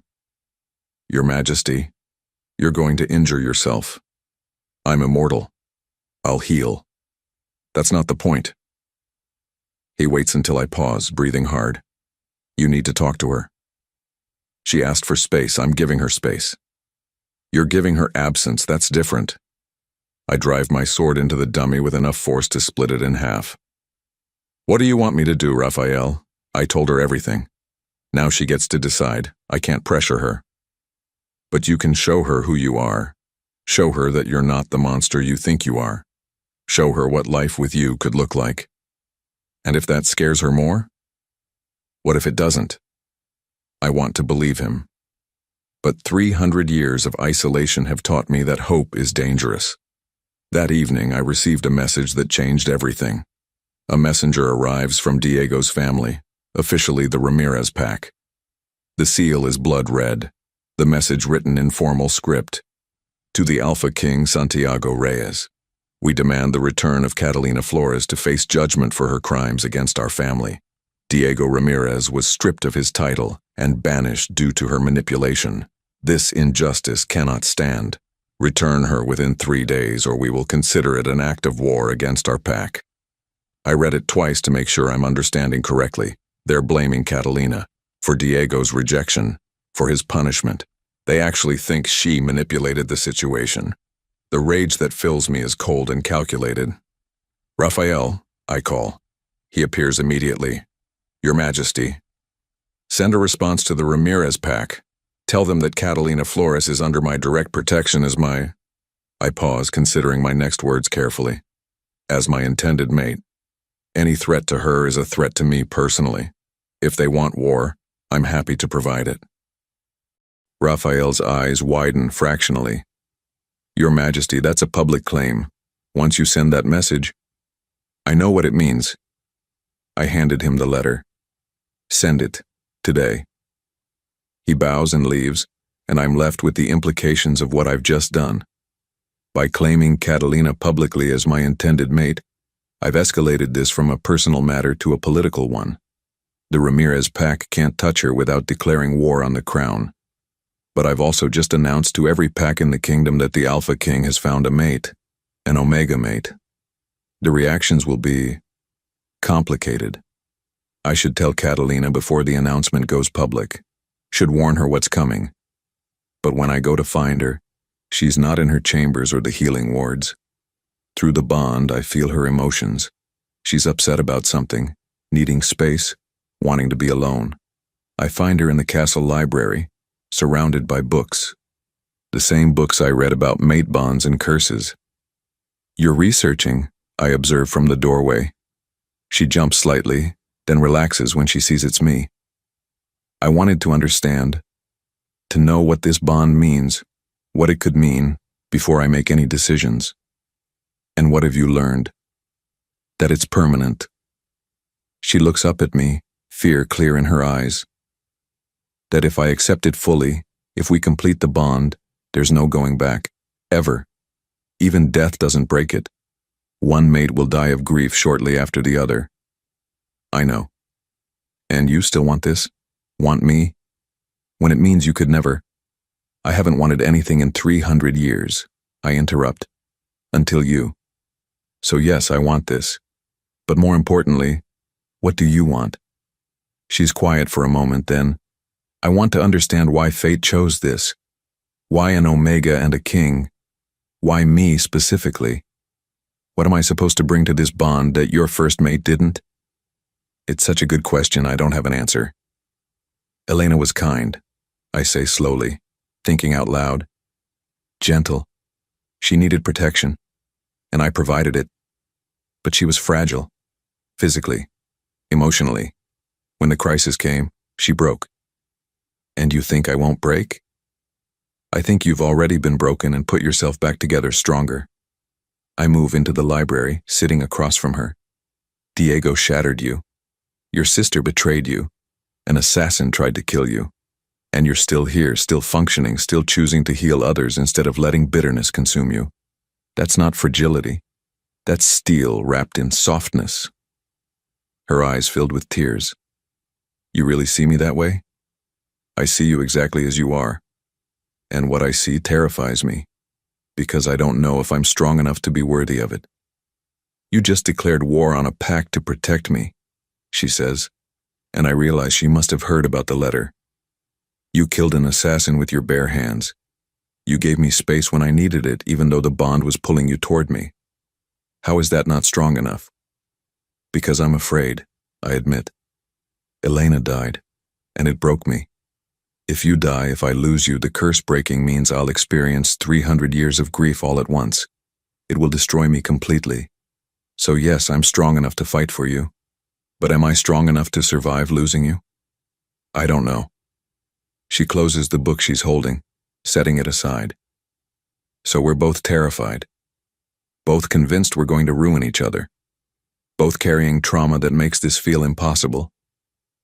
Yes, then maybe, she says slowly, we should stop trying to predict the future and just try. One day at a time. See if we can be something together that we couldn't be apart from. Hope flares in my chest, dangerous and bright. You want to try? I want to stop running from the bond out of fear. I want to see if what fate intended is actually possible. She meets my eyes. But I need you to promise me something. Anything. Promise that if this doesn't work, if we're destroying each other instead of building something, you'll let me go. Even though the bond will make it agonizing. Promise you'll choose my well-being over your own pain. It's asking me to promise I'll let her kill me. Because that's what breaking the bond will do.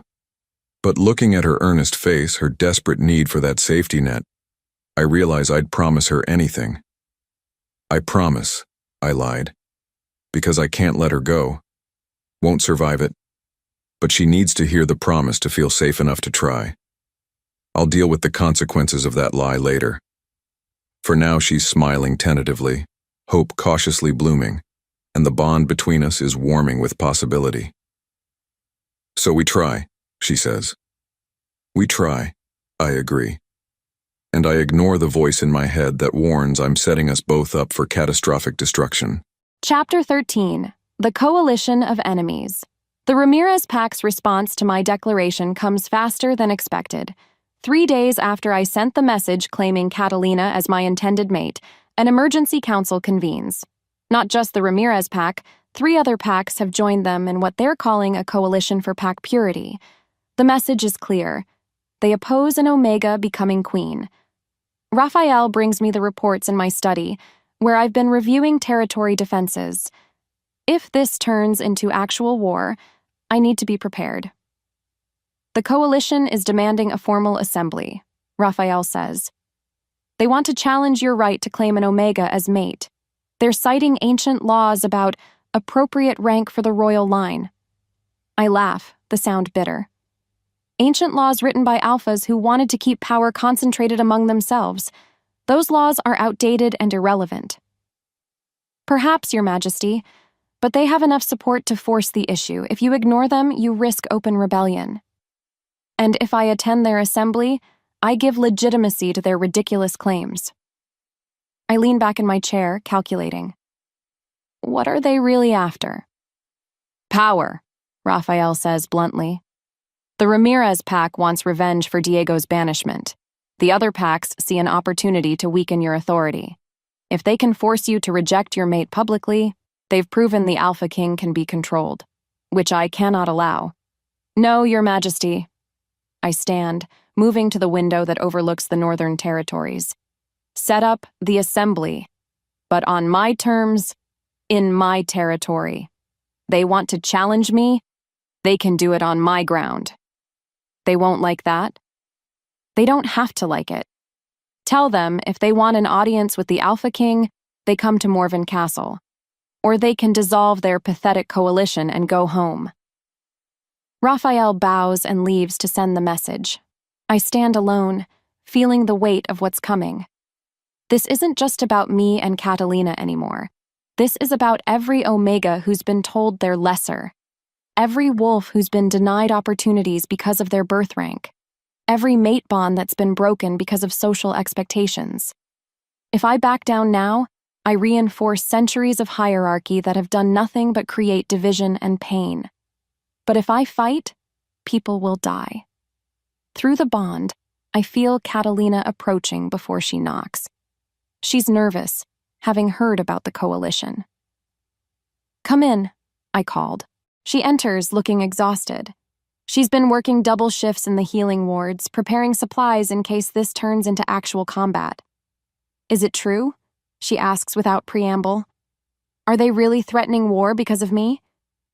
They're threatening war because they're afraid of change, I correct. You're just the catalyst.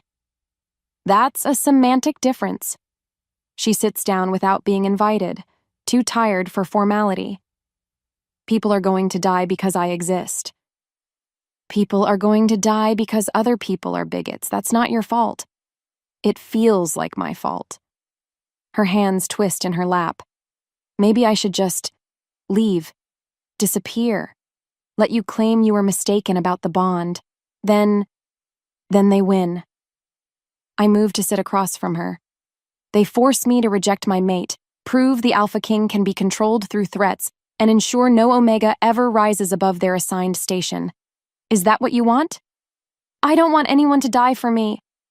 They're not dying for you. They're dying for a principle, for the right to choose their own mates regardless of rank, for a future where birth doesn't determine worth. I lean forward. Don't you see?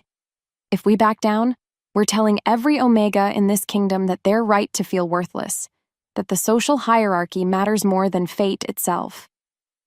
She's quiet for a long moment, processing. I never wanted to be a symbol, she finally says. Neither did I. But here we are. What are you going to do? What I always do. Face the challenge head-on and remind everyone why I'm the Alpha King.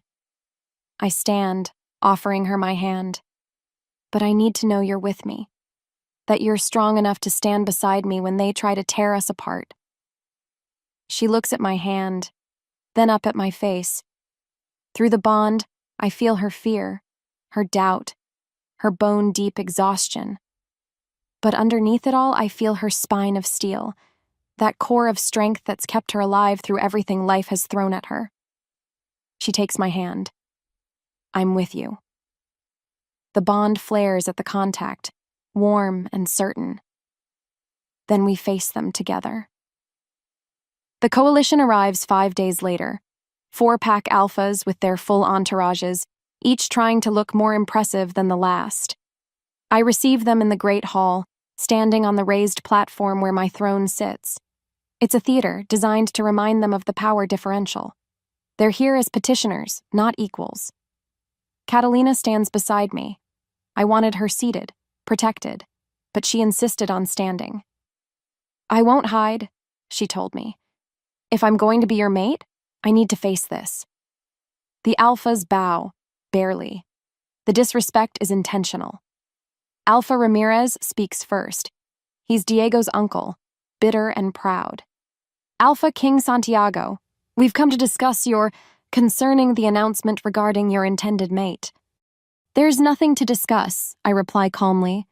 I've chosen my mate. The bond has formed. This is a private matter. It's a public matter when it affects the entire kingdom, Alpha Northbrook interjects. He's young, ambitious, looking for any opportunity to undermine my authority. Your mate will be queen. Her rank reflects on all of us. Her rank is irrelevant. The mate bond is sacred. Or have you all suddenly decided to reject the fundamentals of our culture? The mate bond is sacred between appropriate parties, Alpha Ramirez says. But Omega blood dilutes the royal line. Your heirs will be strong, regardless of their mother's birth rank, I interrupt coldly. Or are you suggesting fate makes mistakes? That the moon goddess herself is incompetent? It's the same trap I used on Diego, and it works just as well. They can't challenge divine will without losing all credibility. Alpha Westmarch, the oldest and wisest of the coalition, steps forward. Your Majesty, we're not questioning fate. We're questioning whether this particular bond is genuine or merely political convenience. It's a clever attack. He's implying I'm lying about the mate bond for some ulterior motive. You want proof the bond is real? I let my voice drop dangerously low. Would you like me to demonstrate how I feel every emotion she experiences? How when she's in pain, I feel it as if it's my own? How does the thought of anyone threatening her makes my wolf demand blood? Pretty words, Alpha Northbrook sneers. But he doesn't get to finish. Catalina steps forward, and the entire hall goes silent. You want proof? Her voice is clear, strong. Then watch. Before I can stop her, she pulls a knife from the guard's belt and slashes her own palm. The pain hits me like lightning. I actually stagger, clutching my chest, the sympathetic agony of her injury flooding through the bond. Santiago! She's at my side immediately, her bleeding hand forgotten. I'm sorry, I just needed them to see you stabbed yourself.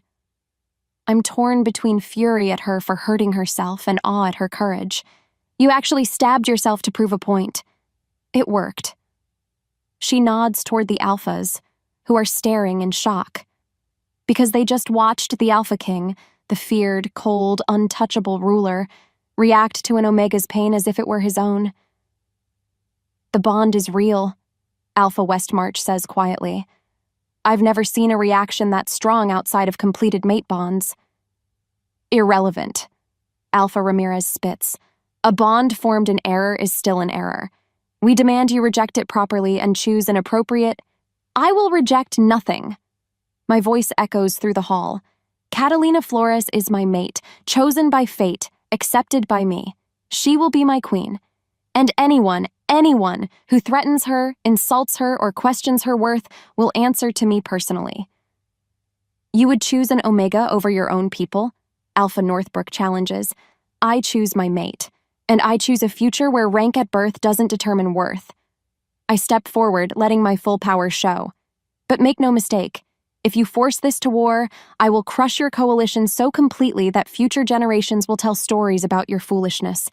Is one Omega's rank really worth dying for? The silence that follows is heavy. Alpha Westmarch breaks it. Perhaps we were hasty.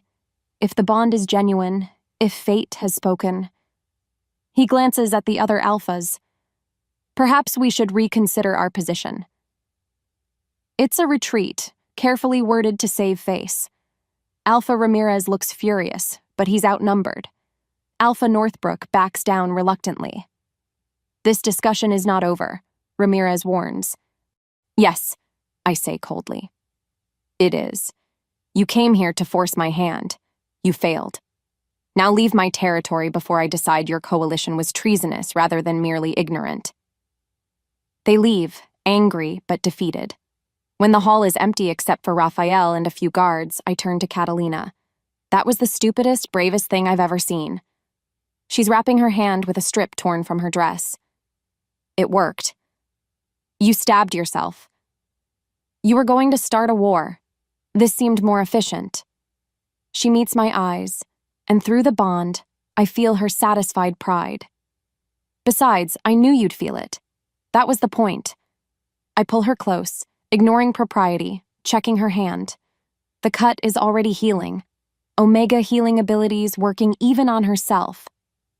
Don't ever do that again, I growl. Don't ever make me have to, she counters. And despite the tension, despite the threat that still hangs over us, I find myself smiling. This woman, this impossible, courageous woman, just faced down 4 alphas with nothing but a knife and absolute conviction. She's not Elena. She's not fragile or breakable. She's steel wrapped in softness, exactly as I said. And she's mine. Chapter 14. The Midpoint Shift. The curse revealed the victory over the coalition lasts exactly 3 days before everything changes again. A message arrives from the most unexpected source. A witch named Morgana, ancient and powerful, with knowledge that could either save us or destroy us completely. She's dying, the message says, and she needs to speak with me before her death. I know that name.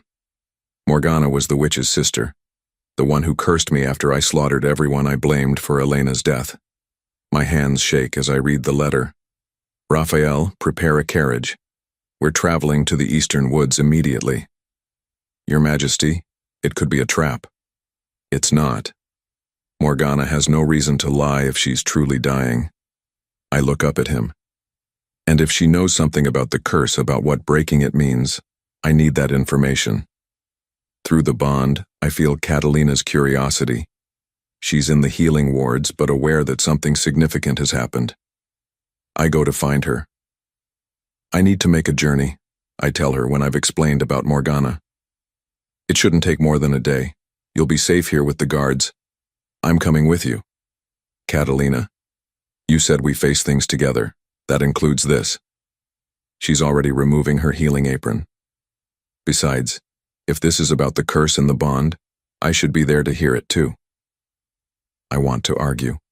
I want to protect her from whatever revelations await. But she's right.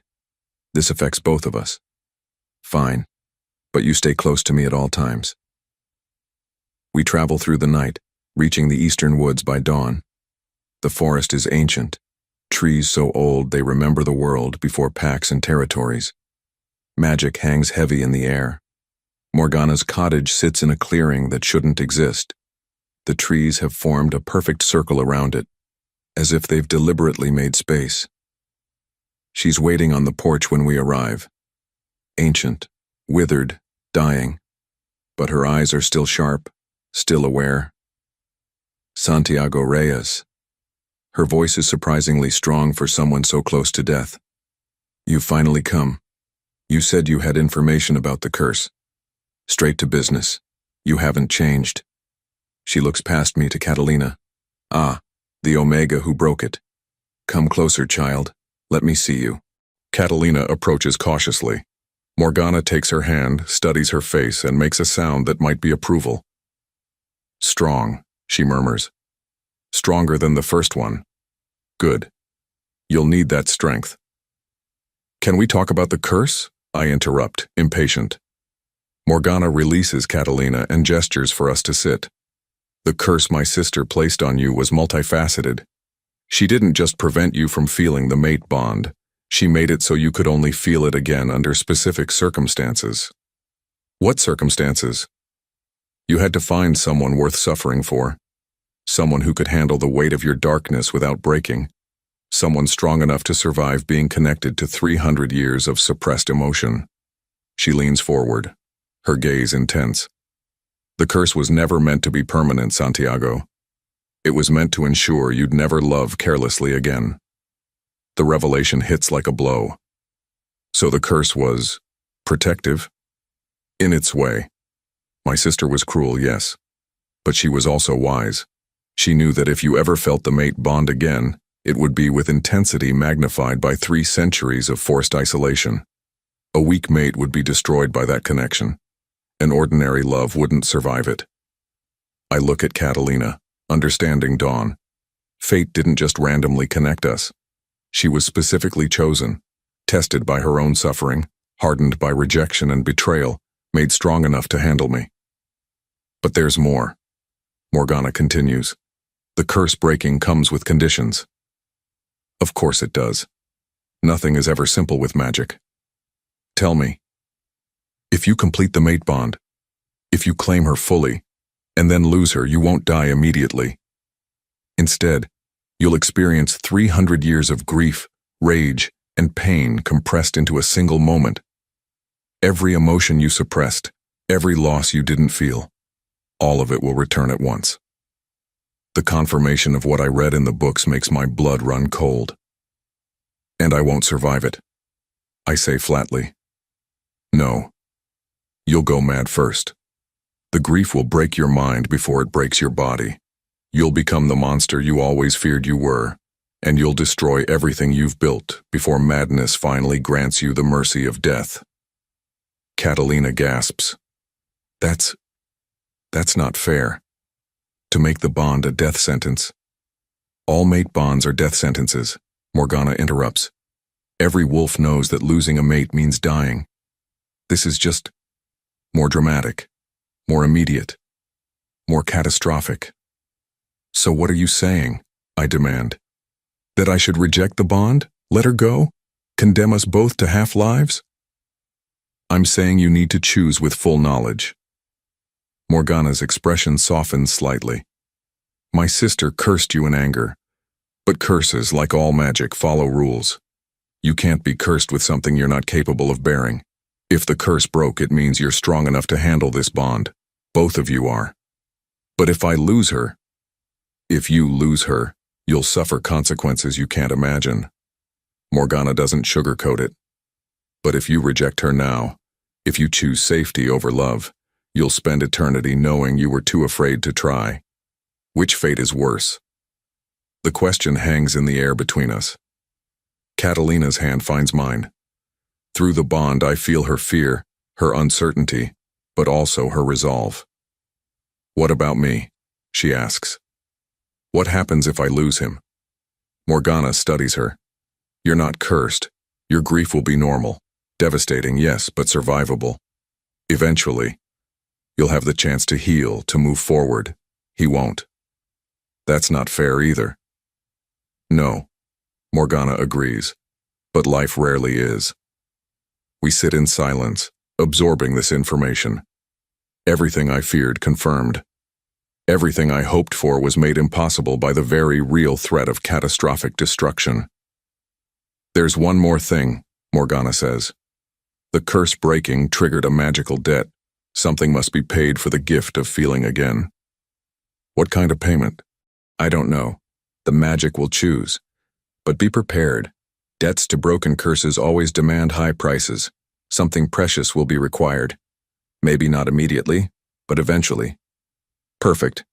So not only do we face the threat of my annihilation if she dies, but there's also some undefined magical debt hanging over our heads. Is there anything else? I ask, barely controlling my frustration. Any other catastrophic consequences we should know about? Morgana smiles, and it's not unkind. Yes, one more thing. The bond between you isn't just strong, it's unprecedented. My sister's curse was powerful magic, and breaking it created an equally powerful connection. You're bonded deeper than any mates in recorded history. That means stronger connection, yes, but also stronger consequences if it breaks. Meaning? Meaning if this bond fails, it won't just destroy you. It will damage the magical fabric of mate bonds themselves. Other mates might feel the ripples. The foundation of wolf society could be weakened. Catalina and I exchange looks. The pressure just escalated from personal to universal. No pressure, right? Catalina says, and I hear the edge of hysteria in her voice. Morgana stands with difficulty. I've told you what you need to know. The rest is up to you. Choose love and risk everything, or choose safety and lose everything. Either way, you'll pay a price. She walks us to the door, then pauses. For what it's worth, she says quietly, my sister didn't curse you to be cruel. She cursed you to save you, to ensure that if you ever loved again, it would be with someone strong enough to handle you at your worst. I think she'd be pleased with her choice. We leave the cottage in silence, both processing. The journey back to the castle is quiet. Catalina stares out the carriage window. Through the bond, I feel her thoughts churning. Fear, determination, confusion, love. Wait. Love.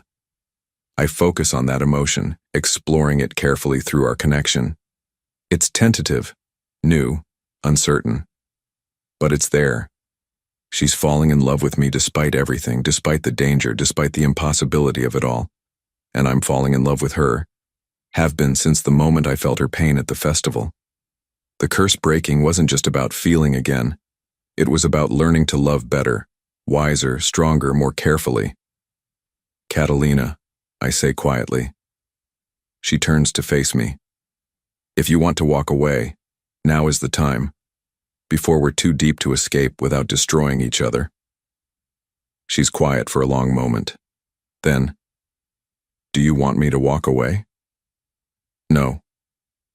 The honesty comes easily now.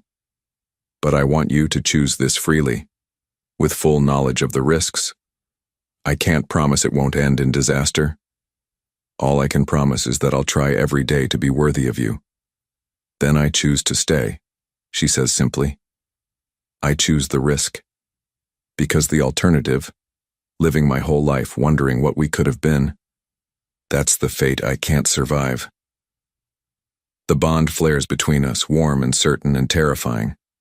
We're doing this, committing to a bond that could literally end the world if it fails. Either we're incredibly brave or incredibly stupid. Probably both. Chapter 15. The Point of No Return. After Morgana's revelations, everything shifts. We return to the castle understanding the stakes. This isn't just a personal choice anymore. It's a choice that affects the fabric of reality itself. The pressure should drive us apart. Instead, it pulls us closer. That evening, I found Catalina on her balcony, looking out over the northern territories. Through the bond, I feel her contemplative mood, her acceptance of what lies ahead. Can I join you? I ask from the doorway. She nods, and I move to stand beside her. Close, but not touching. The bond hums between us, constant and warm. I've been thinking, she says quietly, about everything Morgana said, about the curse and the consequences and the impossible choice we're facing. And I realized something. I've spent my entire life making myself small, accepting scraps, believing I'm worth less because I'm an Omega. Diego's rejection just confirmed what I already believed about myself. I start to protest, but she raises a hand. But then you came along. This cold, feared alpha king who saw me, really saw me when I couldn't even see myself. And you didn't just see me. You defended me, chose me, made me believe that maybe, just maybe, I'm worth more than I thought. You are worth everything, I say fiercely. I'm starting to believe that. She turns to face me fully. So here's what I've decided. I'm done making myself small. I'm done accepting less than I deserve because I'm afraid. If loving you means risking catastrophe, then I'll risk it. Because you've shown me what it means to be chosen to be valued, to be seen. And I'm not going back to invisibility. The courage in her words makes my chest tighten. You're sure? I need her to be sure. I'm terrified, she admits. But I'm sure. I close the distance between us, taking her hands in mine. The bond surges at the contact, and I let her feel everything through it. My fear, my love, my desperate need to be worthy of her choice. Then I claim you, I say formally, speaking the ancient words. Catalina Flores, you are my mate, my equal, my chosen. I offer you my protection, my loyalty, my heart. Will you accept? This is it, the point of no return. If she says yes, the bond becomes permanent, unbreakable except by death. She takes a shaking breath. I accept. Santiago Reyes, you are my mate, my equal, my chosen. I offer you my strength, my trust, my heart. The bond explodes between us. It's not gentle or easy. It's 300 years of suppressed emotion crashing through channels that have been closed too long. I feel everything at once. Elena's death, fresh as if it happened yesterday. The centuries of numbness, the grief I never processed, the love I never gave. And I feel Catalina, her pain at Diego's rejection, Isabella's betrayal, years of being dismissed and devalued, but also her strength, her resilience, her capacity for joy despite everything. We're both crying, overwhelmed by the intensity of full connection. I pull her close, and she clings to me, and for the first time in 300 years, I'm not alone inside my own head. I've got you, she whispers. We're in this together. Together, I echo. The bond settles, still intense but manageable now. And I realize something profound. I'm not the same person I was before. The curse didn't just suppress feeling, it kept me frozen in my worst moment. Now, connected to Catalina, I'm finally moving forward. That night, we stayed on her balcony talking until dawn. Not about the curse or the consequences or the danger, about everything else. She tells me about her childhood, about her sister Catalina who died too young, about learning sign language to communicate with her, about her parents and the fever that took them, about becoming a healer because she wanted to save others from the losses she'd experienced. I told her about Elena when I was young and idealistic and believed love could conquer everything, about my father's brutal rule and my determination to be different, about the 100 small compromises that slowly turned me into him despite my best intentions. You're not him, she says firmly when I voice that fear. How do you know? Because he wouldn't care whether he was or not. You do. That caring makes all the difference. As the sun rises, painting the sky in shades of pink and gold, I realize I'm happy. Genuinely, simply happy in a way I haven't been in centuries. What are you thinking? Catalina asks, seeing my expression. That I'm glad the curse broke. That I'm glad it was you. That even knowing all the risks, I'd choose this again. She smiles, and it's like the sun breaking through clouds. Good.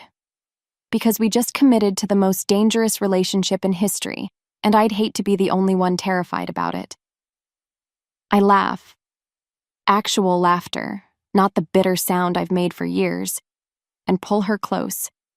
We're facing impossible odds, a magical debt with unknown price, the threat that my death will damage all mate bonds, a coalition of packs who want to destroy us. But for the first time in 300 years, I'm not facing them alone. Chapter 16. Hearts in Full Bloom. The days following our full bond acceptance are surprisingly peaceful. The coalition has retreated, Diego's family has gone quiet, and the castle itself seems different. Lighter somehow, as if even the stones are responding to the change in their king. I find myself smiling more, laughing at Catalina's dry observations about palace life, actually tasting my food instead of mechanically eating for sustenance.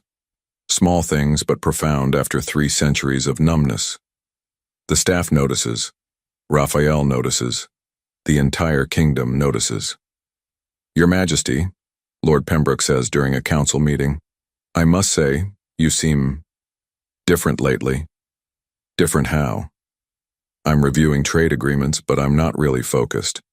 I'm aware of Catalina 3 floors below, teaching a young Omega girl how to properly dress wounds, and the girl's gratitude is bleeding through the bond warmly.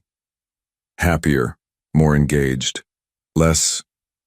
He searches for diplomatic words. Terrifying? Raphael supplies helpfully. I was going to say distant, Pembroke finishes, shooting Raphael a look. I have things worth being present for, I say simply. Continue the report. After the meeting, Raphael follows me to my study. Your Majesty, the transformation is remarkable. I've served you for 150 years, and I've never seen you like this. Like what? Alive. He says it simply.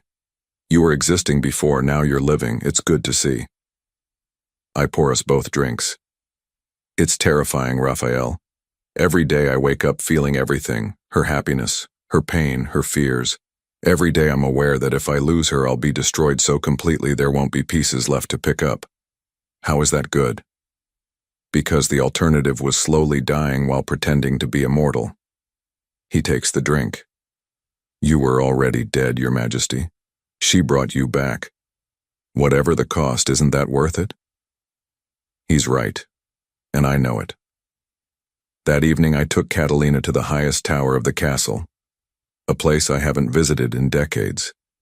It has a view of the entire Northern Territory, mountains and forests and rivers all visible from this height. It's beautiful, she breathes, taking it all in. It's yours, I tell her. All of it. As my mate, as future queen, this entire kingdom is yours to shape. She looks at me, surprised. I don't want to shape kingdoms. I just want to help people. Then help them. Use your position to change things for Omegas, for healers, for everyone who's been told they're lesser because of their birth rank. You have power now. Use it. You mean that? Every word. I move to stand behind her, wrapping my arms around her waist. I spent 300 years maintaining the status quo because I was too numb to care about change. But you see the injustices, and you care enough to fix them. So fix them. I'll support you. Through the bond, I feel her excitement mixing with fear. The responsibility is enormous. What if I mess it up? What if I make things worse? Then we'll fix it together. That's what mates do. She leans back against me and we stand there watching the sunset paint the sky in impossible colors. Santiago? Her voice is soft, almost hesitant. Yes? I love you. It's the first time she said it directly. Through the bond, I felt her love growing, but hearing the words makes it real in a way that steals my breath. I love you too, I reply, and it's the first time I've said those words since Elena. I love you, and it terrifies me, and I wouldn't change it for anything. She turns in my arms, rising on her toes to kiss me. It's our first real kiss, not acclaiming, not formal, just us. Just two people who found each other against impossible odds and decided to be brave enough to try. The bond flares warm and bright between us, and for just a moment I let myself believe that maybe, just maybe, this will work out. That the curse being broken is a gift, not a trap. That we can build something beautiful together. That love might actually be enough. Chapter 17. The Darkness Returns. The peace lasts exactly 11 days before reality crashes back in. I'm in a meeting with territory representatives when the bond screams. Not danger exactly. Grief. Devastating, soul-crushing grief flooding through from Catalina. I'm on my feet immediately, ignoring the confused representatives already moving toward the healing wards where I know she is. I find her in a private room, cradling the body of a young boy. He can't be more than 8. And he's dead. I couldn't save him, she's saying over and over. I tried everything, I did everything right, but I couldn't save him. The boy's mother is there, also crying, but trying to comfort Catalina. It's not your fault, the woman says through her tears. The fever was too strong. You did everything possible. But Catalina isn't hearing her. Through the bond, I feel her spiraling. Grief, guilt, every patient she's lost compounding, every failure magnified. She's drowning in it. I approach carefully, not wanting to startle her. Catalina. She looks up, and her face is devastated. I couldn't save him, Santiago. He was just a little boy, and I couldn't. I gently take the boy from her arms, laying him carefully on the bed. Then I pull Catalina close, letting her collapse against me. It's not your fault, I murmur. Some things can't be fixed. Some people can't be saved. That doesn't make you a failure. But I should have. There must have been something I missed. No. I tilt her face up to meet my eyes. You did everything possible. Sometimes everything isn't enough. That's the cruelty of healing. You can't save everyone no matter how much you want to. She's shaking, grief and exhaustion overwhelming her. The boy's mother thanks her quietly, begins the process of preparing her son for burial. We leave the room to give her privacy. I take Catalina to her chambers, help her wash the blood from her hands, hold her while she cries. This is what it's always like, she says, her voice raw. Being a healer means watching people die and wondering if you could have done more. I know. Do you? Have you ever felt helpless to save someone you cared about? The question cuts deep. Elena, my daughter. 300 years of trying to protect people by being cruel enough to keep them alive and still failing so often. Yes, I say quietly. I've felt exactly that helpless. She looks at me, really looks, and through the bond, I let her feel it. The helplessness I felt watching Elena die, the guilt that still haunts me, the fear that I'll feel that way again with her. We're both terrified of losing people, she realizes, which is why we need each other.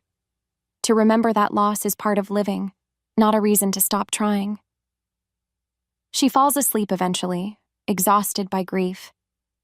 I stay with her, unable to leave, the bond pulling me to protect her even from her own emotions. But as I watch her sleep, I can't shake the feeling that this is a preview, that the grief she feels for a patient she barely knew is nothing compared to what either of us will feel if we lose each other. The curse breaking gave me the capacity to love again, but it also gave me the capacity to be destroyed again, and I'm starting to wonder which is worse. Chapter 18, The Assassination Plot. The second attempt on Catalina's life comes 3 weeks after the first. This time it's not an assassin, it's poison. She's at dinner with me, the council, and several visiting pack leaders when she takes a sip of wine and immediately goes pale. Through the bond, I feel the poison hitting her system, pain, burning, her healing abilities fighting to keep her alive. Time slows. I'm at her side instantly, catching her as she collapses. Get the healer, now! Raphael is already moving, shouting orders. The room erupts into chaos. Who prepared this wine? I roar, my wolf surging forward. Who brought it to the table? A servant, young, terrified, stammers that it was assigned to her by the head butler, who is notably absent from the room. Find him, I ordered Raphael. Bring him to me alive. My focus returns to Catalina. She's convulsing now, the poison fighting her healing abilities. Through the bond, I feel her body struggling, her consciousness fading. Stay with me, I command, pouring strength through the bond. Don't you dare leave me. Fight. The healer arrives, sees the symptoms, immediately begins treatment. But it's slow. Too slow. The poison is too strong. Your Majesty, the healer says grimly, I don't know if she'll... She will. I cut her off. She's strong enough. She has to be. Because the alternative is unthinkable. If she dies, I die. Not immediately, but in the way that matters. My mind will shatter under 300 years of grief, and I'll become the monster I've always feared I am. For 2 hours, I sit beside her bed while the healer works, while Catalina fights for her life, while the bond screams with her pain and my terror. Finally, her breathing stabilizes. The convulsions stop. Her color returns slightly. She'll live, the healer announces. Her omega healing abilities manage to neutralize most of the poison. She'll be weak for a few days, but she'll recover. The relief nearly drops me to my knees. Raphael returns with the butler in chains. He confessed immediately, Your Majesty. He was paid by the Ramirez pack to poison your mate during dinner. They hope to make it look like an accident. The rage that fills me is cold and calculating. I've been patient. I've tried diplomacy. I've given the Ramirez pack chances to back down. They just made their final mistake. Execute him, I ordered. Public square. Then send a message to Alpha Ramirez. He has 24 hours to present himself at this castle, or I will consider his entire pack in rebellion and act accordingly. Raphael bows and leaves to carry out the orders. I return to Catalina's side. She's sleeping now, the poison's effects finally fading. But through the bond I feel her lingering pain, her fear, her exhaustion. I'm sorry, I whisper to her. I'm sorry I brought you into this. I'm sorry my protection isn't enough. I'm sorry. Stop. Her voice is weak but clear. Her eyes flutter open. Stop apologizing for things that aren't your fault. You were poisoned because of me. I was poisoned because the Ramirez pack is cruel and desperate. That's on them, not you. She tries to sit up, winces. What are you going to do? End this, permanently. Through the bond, she feels my determination, my cold rage, my willingness to destroy an entire pack if necessary. Don't become the monster, she says quietly. Don't let them turn you into what you hate. They tried to kill you. And they failed. I'm still here. Don't let revenge make you someone I wouldn't recognize. Her words cut through the rage, forcing me to think. She's right.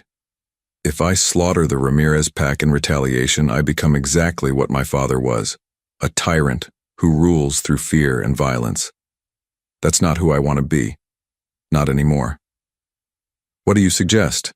I ask, genuinely wanting her perspective. Justice, not revenge.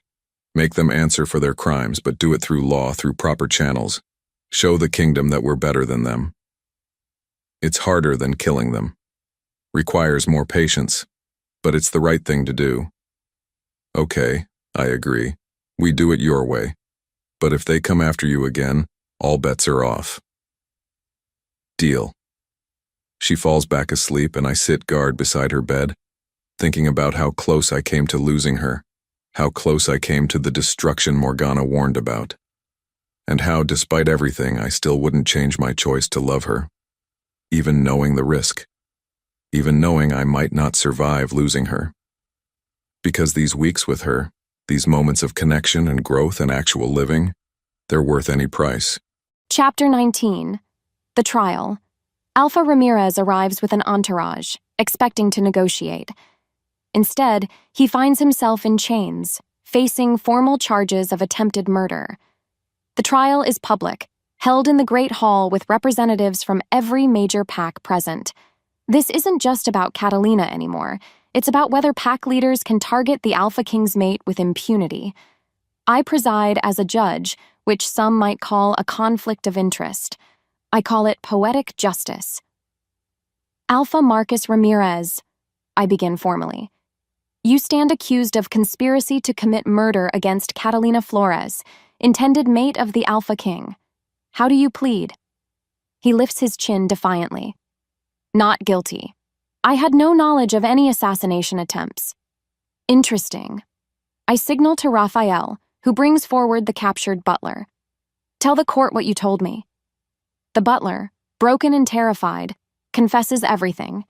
The payment from Ramirez's pack, the specific instructions, the promise of sanctuary if he succeeded. Ramirez's face goes white. That man is lying. I never... We have corroborating evidence, Raphael interrupts, presenting documents. Financial transfers from Ramirez pack accounts to the butler's family, correspondence detailing the plan, a confession from your own beta, who thought better of dying for your vendetta. The evidence is overwhelming. The assembled pack leaders murmur, some shocked, some satisfied that the truth is finally public. "Do you have anything to say in your defense?"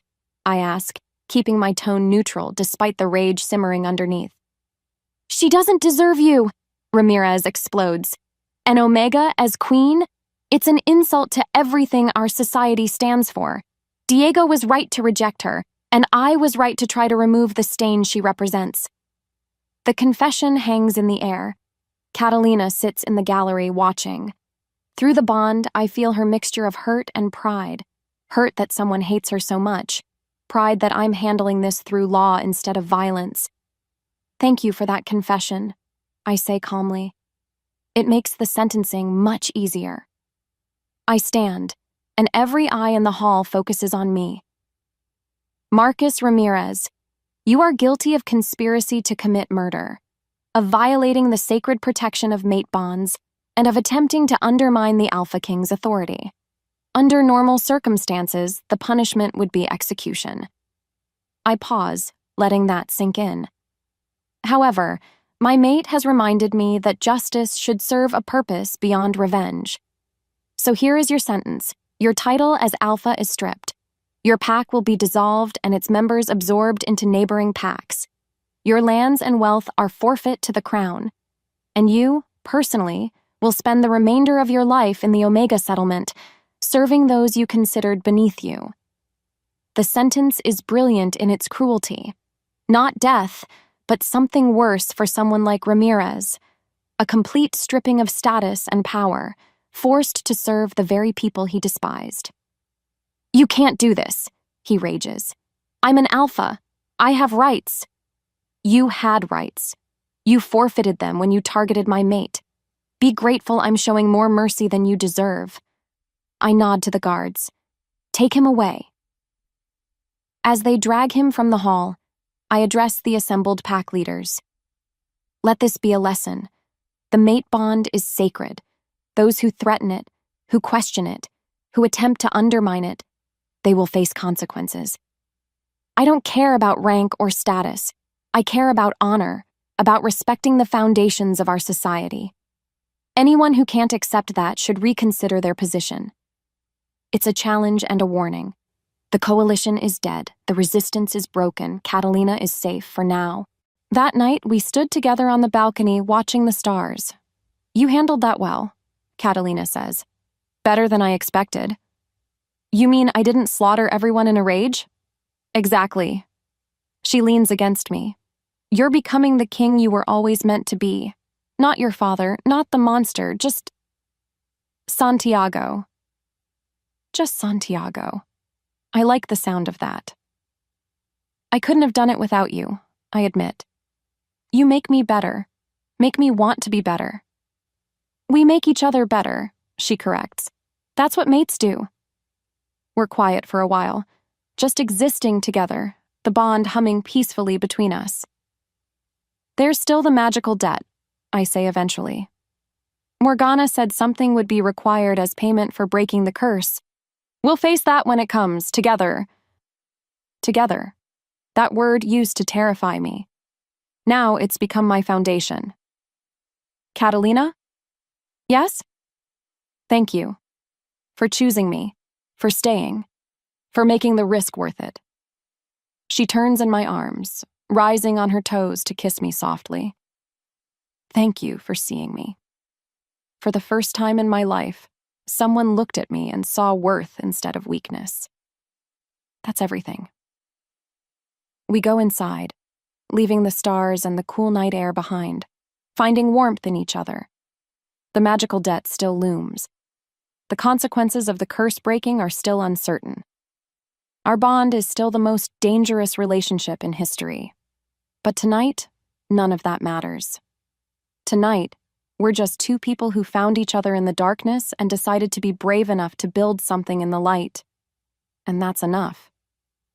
Chapter 20. The future unfolds. 3 months after the trial, the kingdom has transformed. Catalina's reforms are taking root. The Omega caste system is being dismantled slowly but surely.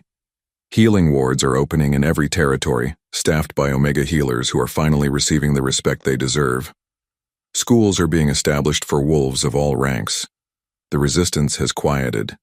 Some packs still grumble about the changes, but they've learned that challenging the Alpha King and his mate is suicidal. More importantly, I've transformed. The cold, cruel king who ruled through fear is gone. In his place is someone I barely recognize. Someone who smiles, who listens, who actually cares about his people's well-being instead of just maintaining order. You look contemplative, Catalina observes. We're in our private chambers. She moved into mine fully 2 months ago, scandal be damned. I'm thinking about the past 300 years, about who I was, who I became, who I'm becoming. And I don't regret the curse anymore.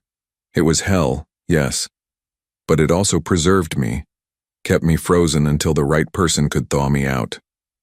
I pull her close. Until you. That's very poetic for someone who used to communicate exclusively in growls and cold stares. I laugh, something I do regularly now. You're a terrible influence on my reputation. Your reputation was terrifying, it needed to be influenced. We're interrupted by a knock. Raphael enters, looking pleased about something. Your Majesty, Your Highness, he addresses us both. Good news from the Eastern Territories. The last of the resistance packs has formally submitted. They've agreed to your reforms and pledged loyalty. It's over. The opposition that's plagued us for months has finally, fully surrendered. That calls for celebration, Catalina says. We host a feast that night, not a formal state dinner, but an actual celebration. Music, dancing, laughter. The castle hasn't seen anything like this in centuries. I watch Catalina dancing with young Omega girls she's been teaching, showing them that their rank doesn't limit their dreams. She's radiant, happy, exactly where she belongs. Raphael approaches with 2 glasses of wine. To the Alpha King who learned to live again. To the mate who taught me how, I counter, taking the glass. She's extraordinary, Your Majesty. You chose well. Fate chose well. I just had the sense not to fight it. As the night wears on, Catalina and I slip away to the highest tower, our place now, where we go to escape the demands of the crown and just be together. I have something to tell you, she says, nervous suddenly. Through the bond, I feel her anxiety mixed with joy. What is it? I'm pregnant. The words hit me like lightning. Pregnant. A child. Our child. Terror floods through me. Memories of Elena, of the pregnancy that killed her, of the daughter who lived mere hours. Catalina feels my panic through the bond. Santiago, I'm not Elena. I'm stronger than she was, and modern healers are better trained. This will be different. You can't promise that. No, but I can promise I'll fight, and so will you, and we'll face whatever comes together. Together. That word again, my lifeline and my terror. I'm scared, I admit. Terrified. I can't lose you, Catalina. I won't survive it. You won't lose me. I'm too stubborn to die, and you're too powerful to let me. She takes my hands, placing them on her still flat stomach. We're creating life, Santiago. A child who'll grow up in a better world because we fought to change it. Isn't that worth the risk? It is. Of course it is. But the fear doesn't disappear just because I acknowledge it. We'll have the best healers, I say, already planning. The best protections. You'll reduce your workload. I'll do no such thing. I'm pregnant, not fragile. Catalina. No, we're not doing this. We're not turning me into a porcelain doll to be wrapped in cotton and kept from living. I'm strong. Trust that. She's right. I know she's right. But trusting is hard when you've already lost everything once. Okay, I agree reluctantly. But you let me worry. That's my right as your mate. Deal. She kisses me softly. We're going to be parents, Santiago. That's amazing and terrifying and perfect. We stand there in the starlight, my hands on her stomach, feeling the beginning of a new life that represents everything I thought I'd lost forever. Hope. Future. a reason to believe that love might actually conquer the darkness after all. Chapter 21. The Price of Magic. The magical debt comes due 6 months into Catalina's pregnancy, exactly when we've started to believe maybe we'll escape it. I wake in the middle of the night to Catalina screaming. Not pain, terror. Pure, overwhelming terror that has no obvious source. What's wrong? I'm instantly alert, checking her for injuries, searching for threats. Something's wrong, she gasps. With the baby. Something's very wrong. Through the bond, I feel it too. A wrongness, a disturbance in the life growing inside her. The healers confirm my fears. The baby's heartbeat is weakening. We don't understand what's happening, the head healer admits. There's no medical cause. It's like something is draining the life force. Magic. The magical debt is claiming its price. Get Morgana's apprentice, I ordered Raphael. Now, whatever it takes. The apprentice arrives within hours, a young witch named Elena, the irony of the name is not lost on me, who studied under Morgana before she died. She examines Catalina with magic I don't understand, her face growing grimmer with each passing moment.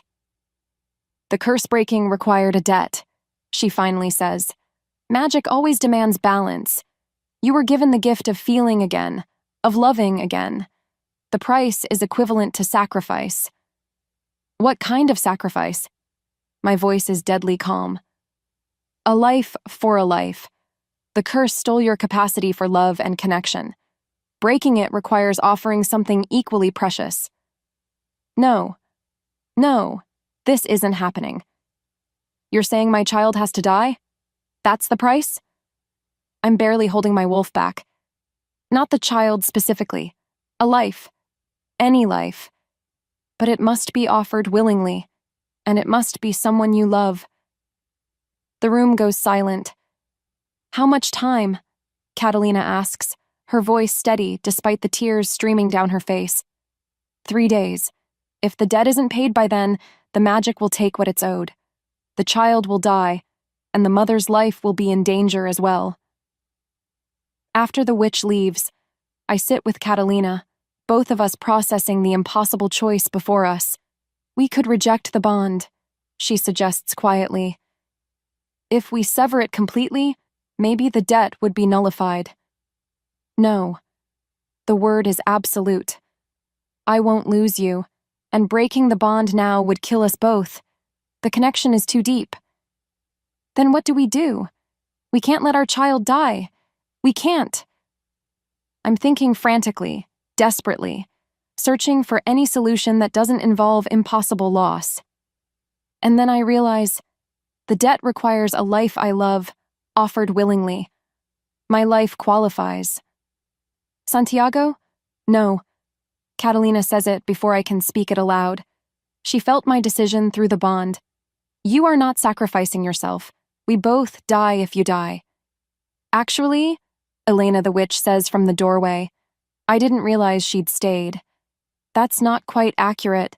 If he offers himself willingly, the magic might accept a partial payment. His immortality could be the sacrifice instead of his life. We both stare at her.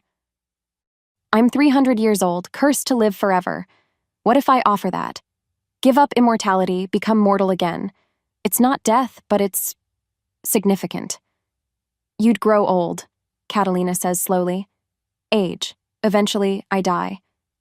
Eventually, yes.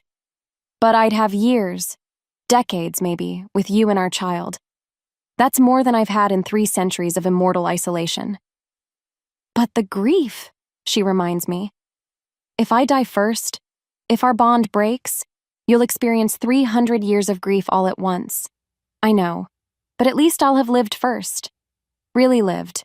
With you, with our child, as a mortal man who knows every day is precious because it's limited.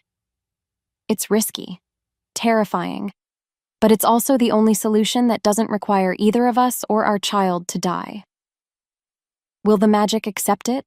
I ask Elena. I don't know. Immortality is a significant price, but it has to be offered freely, without coercion or regret. I look at Catalina. What do you think? I think, she says carefully, that you should make this choice for yourself, not for me. If you want to remain immortal, if you're not ready to give that up, we'll find another way. But there is no other way. We both know it. I've been alive for 300 years, I say slowly, and I've only felt alive for 6 months. I'd rather have 50 real years with you than eternity alone. So yes, I offer my immortality, freely, willingly. Let that be the price.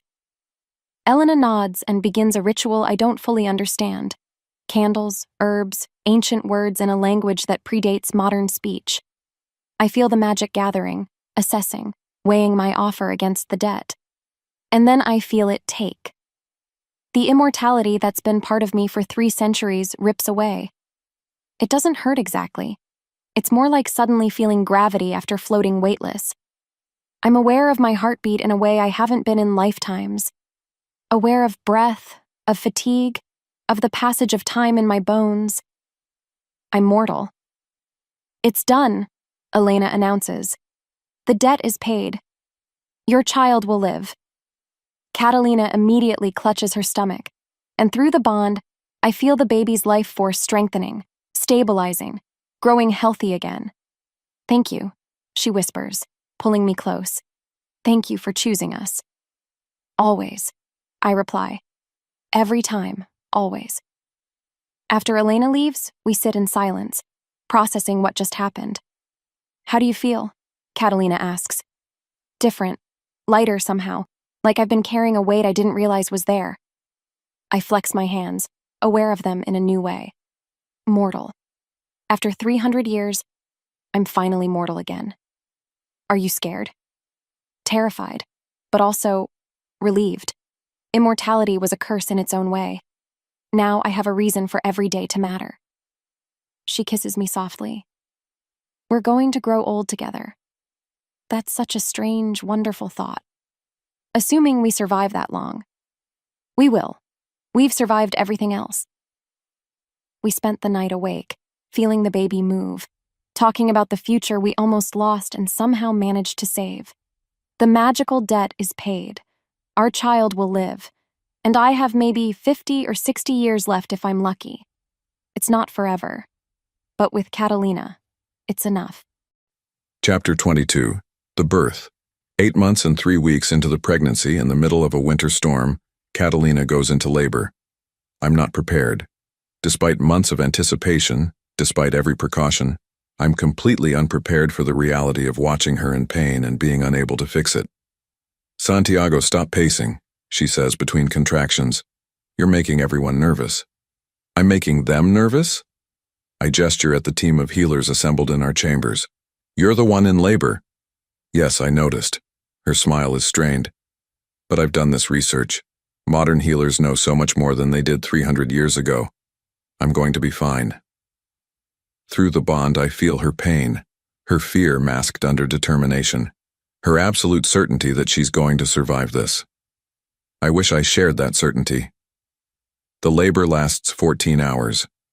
14 hours of Catalina's pain bleeding through the bond, of healers moving efficiently but urgently, of my wolf pacing inside me, demanding I protect her while being utterly helpless to do so. Push, the head healer instructs. One more time. Catalina grits her teeth, grips my hand hard enough to break bones if I were still immortal, and pushes. The baby's cry fills the room. A girl, the healer announces, wrapping the tiny body in cloth. Healthy lungs, strong heartbeat. She's perfect. A girl. I have a daughter. The same words that devastated me 300 years ago now fill me with joy so intense it's painful. The healer places the baby in Catalina's arms, and I see my mate's face transform with love so profound it makes my eyes sting. Look at her, Catalina whispers. Santiago, look at our daughter. I do. I look at the tiny face, the dark hair, the eyes that haven't opened yet but will probably be gray like mine. She's perfect, I managed around the lump in my throat. Do you want to hold her? I've held babies before. As an alpha king, I'm expected to attend naming ceremonies and celebrations, but this is different. This is my daughter, my child. The living proof that love can create life instead of just destroying it. I take her carefully, terrified I'll break her. She's so small, so fragile, so utterly dependent. "Hello," I whisper to her. "I'm your father, and I promise I will be better than my father was. I will love you and protect you and teach you that strength and gentleness can coexist. I will make sure you grow up in a world that values you for who you are, not what rank you're born to." She makes a small sound, and I fall completely, irrevocably in love for the third time in my long life. First Elena, then Catalina. Now this tiny human who doesn't even know how thoroughly she's conquered the Alpha King. "What should we name her?" Catalina asks. We've discussed names for months, unable to settle on anything that felt right. But looking at her now, I know. "Hope," I say. Her name is Hope. Because that's what she represents. Hope that the curse breaking was worth the cost. Hope that love can build instead of destroy. Hope that the future we're creating will be better than the past we've survived. Hope Reyes? Catalina tests the name. I love it. We spend hours just watching her sleep, marveling at fingers and toes, the way she grips my thumb with surprising strength, the soft sounds she makes. "We made this," Catalina says in wonder. "With everything we've been through, with all the trauma and pain and impossibility, we made something beautiful." "We did." I kiss her forehead. "And you were incredible. Thank you for surviving, for fighting, for giving me this." We gave it to each other. Later, when Catalina is sleeping and Hope is nestled in her bassinet, I sit by the window watching the storm clear. I'm mortal now, which means this child will outlive me, which means eventually she'll feel the pain of losing a parent, but I'll have years with her, years to be the father I never had, years to show her what love looks like when it's healthy and whole. That's worth any price. Raphael knocks softly, enters when I gesture. "Congratulations, Your Majesty, I heard it's a girl." "Hope. Her name is Hope." "Appropriate." He moves to look at the sleeping infant. "She's beautiful. She has your stubbornness written all over her face already." I laugh quietly. "I was thinking that too." "Your Majesty." Raphael hesitates. "I've served you for 150 years. I've watched you suffer through the curse, watched you nearly destroy yourself with grief, watched you become the cold king who felt nothing. And now I'm watching you become the man you were always meant to be. It's an honor." "Raphael, let me finish. You asked me once if loving again was worth the risk of losing again, and I didn't have an answer. But watching you with your mate, with your daughter, I see the answer clearly. Yes. Always yes. Because even if you only have 50 years instead of eternity, you'll have lived those years. That's what matters." He's right, and I know it. Thank you, Raphael, for everything, for standing by me through 3 centuries of being impossible, for believing I could change even when I didn't believe it myself. It's been my privilege, Your Majesty.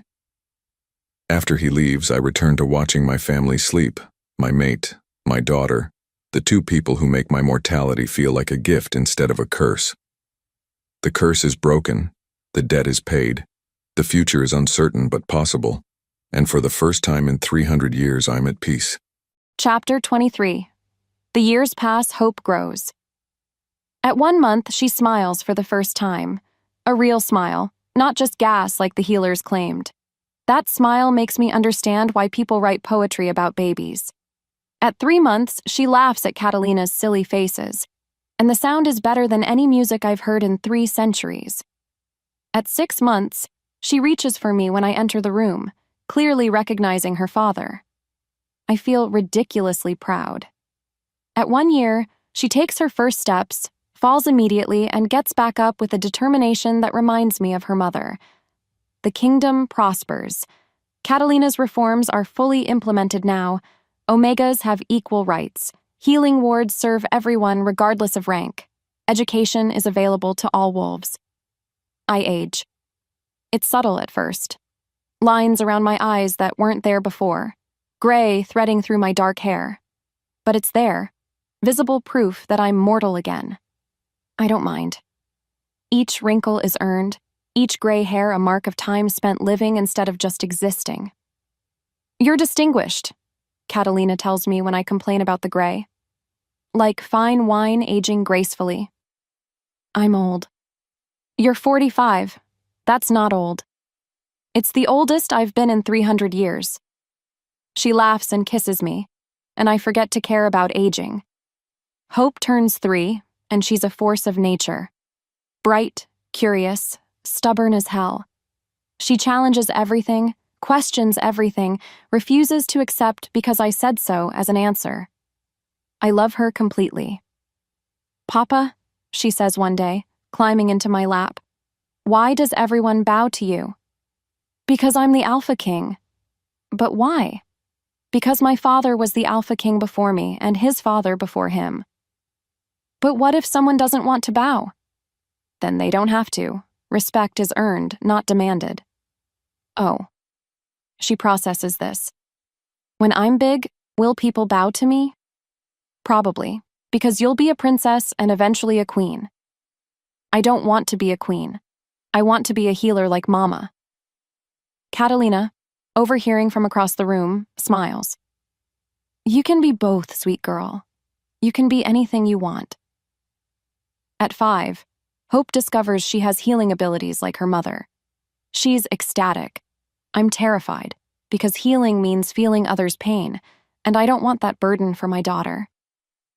She's strong enough to handle it, Catalina assures me. Just like I was. Just like you've learned to be. She's right. But that doesn't stop me worrying. At 7, Hope asks about Elena, my first mate. I knew this question was coming, but I'm still unprepared. Your father loved someone before me, Catalina explains gently. Her name was Elena, and she died before you were born. But that doesn't mean he loves us less. It means his heart was big enough to love again. Was she nice? Hope asks. I never met her, I say honestly. But yes, she was nice. She was kind and gentle, and she would have loved you very much. I'm glad Papa found Mama, Hope decides. Otherwise, I wouldn't be here. I'm glad too, I agree, pulling them both close. At 10, Hope is tall for her age, all legs and elbows and endless questions. She started training with the pack warriors, insisting she needs to learn to defend herself. You're teaching my daughter to fight? I ask Raphael, who's taken over her training. Your daughter demanded I teach her to fight, he corrects. And she's a natural, fast, strategic, doesn't rely on pure strength. She'll be formidable. I don't know whether to be proud or terrified. Both, probably. The years continue passing. Hope grows into a teenager. Complicated, brilliant, stubborn, kind. She fights with us about rules and restrictions. She experiments with her healing abilities. She falls in love with a young wolf from the Eastern Territories and gets her heart broken. Through it all, Catalina and I stand together, facing each challenge as partners. I'm aging faster now. At 63, I'm officially old. My hair is white, my movements slower, my body showing the wear of years of ruling and fighting and living. But I'm happy. Genuinely, completely happy, in a way I never was during 3 centuries of immortal numbness. Do you regret it? Catalina asks one evening. We're in our chambers, Hope visiting friends in a neighboring territory. Giving up immortality? Never. I pull her close. She's aging too, though she's 20 years younger than me. Gray in her dark hair, lines around her eyes. She's more beautiful now than ever. Every gray hair, every ache, every reminder that my time is limited. It makes every moment precious. I worry about you, she admits, about what happens when... She doesn't finish, but I know what she means. When I die, when the bond breaks, when she's left alone. You'll survive, I tell her confidently. You're the strongest person I know. And you'll have hope. And you'll have all the wolves in this kingdom who love you. It won't be the same. No, but you'll survive it. Because you're a survivor, Catalina. It's one of the things I love most about you. We're quiet for a while, just holding each other, feeling the bond humming between us, still strong after all these years. Santiago? Yes? Thank you for choosing me, for taking the risk, for building this life with me. Thank you for teaching me how to live again. Chapter 24. The end that's a beginning. I'm 78 when I have my first heart attack. It's minor, just a warning, the healers say. But it's a reminder that my time is limited. Hope is 28 now, trained and ready to take over as Alpha Queen when the time comes. She's found her own mate, a brilliant young healer from the Southern Territories. They're planning a wedding. I want to live long enough to see it. You're too stubborn to die before my wedding, Hope tells me, sitting beside my bed. So just don't. I'll try, I promise. Catalina hasn't left my side since the heart attack. Through the bond, I feel her fear, her desperate need for me to be okay. I'm not ready, she whispers when we're alone. I'm not ready to lose you. I know, but eventually, you'll have to be. I take her hand. We've had 30 years, Catalina. 30 beautiful, impossible years. That's more than most wolves get. It's not enough. It never would be. But it's what we have. And we've made every day count. She's crying now. And through the bond, I feel her grief beginning even though I'm still alive. I need you to promise me something, I say. Anything. When I'm gone, don't let the grief consume you. Don't shut down. Don't stop living. Our daughter needs you. The kingdom needs you. And I need to know you'll be okay. That's not fair. I know, but promise anyway. I promise. She kisses me softly. But you're not leaving yet. We still have time. We do have time. 6 more months, as it turns out. I live to see Hope's wedding, walk her down the aisle, watch her pledge her life to her mate with the same courage her mother showed when pledging to me. I live to see the first real peace in the kingdom. No rebellions, no resistance, just wolves of all ranks living together with mutual respect. I live to see Catalina open her 10th healing school, this one dedicated to teaching young Omegas that their abilities are gifts, not burdens. I live to hold my granddaughter, Hope's first child, born just 2 months before I die. She has Catalina's dark eyes and my stubbornness already. Her name is Elena. A tribute to the past, a hope for the future. You're holding the future of the kingdom, Hope tells me as I cradle the infant. I'm holding my reason for everything, I correct. You, your mother, this little one. You're all the legacy I need. In the end, death comes quietly. I'm in bed. Catalina beside me, Hope and her mate nearby. The granddaughter sleeps in her mother's arms. Through the bond, I feel Catalina's love, her grief, her desperate wish to keep me here. It's okay, I whisper. I'm ready. I've lived more in these 30 years than 300 years of immortality. I have no regrets. Liar, she says, but she's smiling through tears. You regret that you won't see Elena grow up, that you won't be here when Hope needs advice, that you're leaving me. Those aren't regrets, those are just wishes. But Catalina, my love, my heart, my mate, I'm so grateful for you, for taking the risk of a broken king who'd forgotten how to feel, for teaching me that love is worth any cost. Thank you for seeing me, she replies, for choosing me when no one else would. I feel the darkness creeping in. Not scary, just gentle, like falling asleep. I love you, I manage. I've loved you since the moment fate connected us. I'll love you beyond death. I love you too. She's holding my hand, our bond blazing bright between us. Thank you for 30 beautiful years. Thank you for hope. Thank you for everything. The last thing I feel is her love through the bond. warm and bright and eternal. The last thing I see is her face, still beautiful after all these years. The last thing I think is, worth it. All of it. Completely worth it. Epilogue. 20 years later, Catalina stands at the highest tower of Morven Castle, looking out over the Northern Territories. She's 96 now, her dark hair completely white, her movements slow but still graceful. She survived Santiago's death, barely. The grief nearly destroyed her, but she remembered her promise. She kept living. Hope rules now, a brilliant queen who combines her father's strength with her mother's compassion. The kingdom prospers. The reforms she and Santiago fought for are so deeply ingrained that younger wolves can't imagine a world where rank is determined worth. Elena, Catalina's granddaughter, is 20 now. Strong, kind, healing wolves with the same natural talent her grandmother had. The curse is legend now, the story of the Alpha King who was cursed for 300 years, who broke that curse through love, who gave up immortality for his mate and child. Young wolves tell the story at gatherings, adding embellishments, making it more romantic than the messy, complicated reality. But Catalina remembers the truth, remembers Santiago's cold distance and slow warming, remembers the assassination attempts and the political battles, remembers the magical debt and the price of breaking curses. Most of all, she remembers 30 years of profound love, of partnership, of building something beautiful together. Grandmother.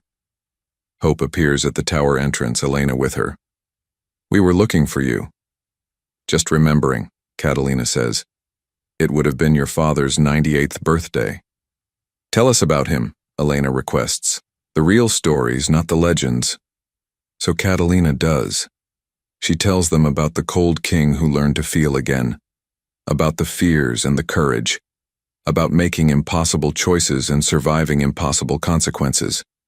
She tells them about love, real love, complicated and messy and beautiful. He sounds amazing, Elena says when she's done. He was, but he was also stubborn and overprotective and terrible at expressing emotions. Catalina smiles at the memories. He was perfectly imperfect and I loved him completely. Do you think you'll see him again? Hope asks. When your time comes? I hope so. I'd like to think that mate bonds survive death. Catalina looks out at the sunset, painting the sky in impossible colors. But even if they don't, I'm grateful. For the time we had. For you, Hope. For Elena. For everything we built together. That night, in the chambers she once shared with Santiago, Catalina feels something shift. The mate bond, dormant for 20 years, suddenly flares warm. She looks toward the corner of the room where she sometimes feels his presence. Santiago? She whispers. No answer. But the bond pulses once, warm and certain and unmistakable. He's waiting. She smiles, peace settling over her. She's 96, tired, ready. Soon, she promises. Just let me see Elena's wedding next month. Then I'll come find you. The bond pulses again. Agreement, patience, endless love. Catalina closes her eyes, content. The curse broke 30 years ago, paid for with immortality and courage and impossible love. But the bond they created? That's eternal.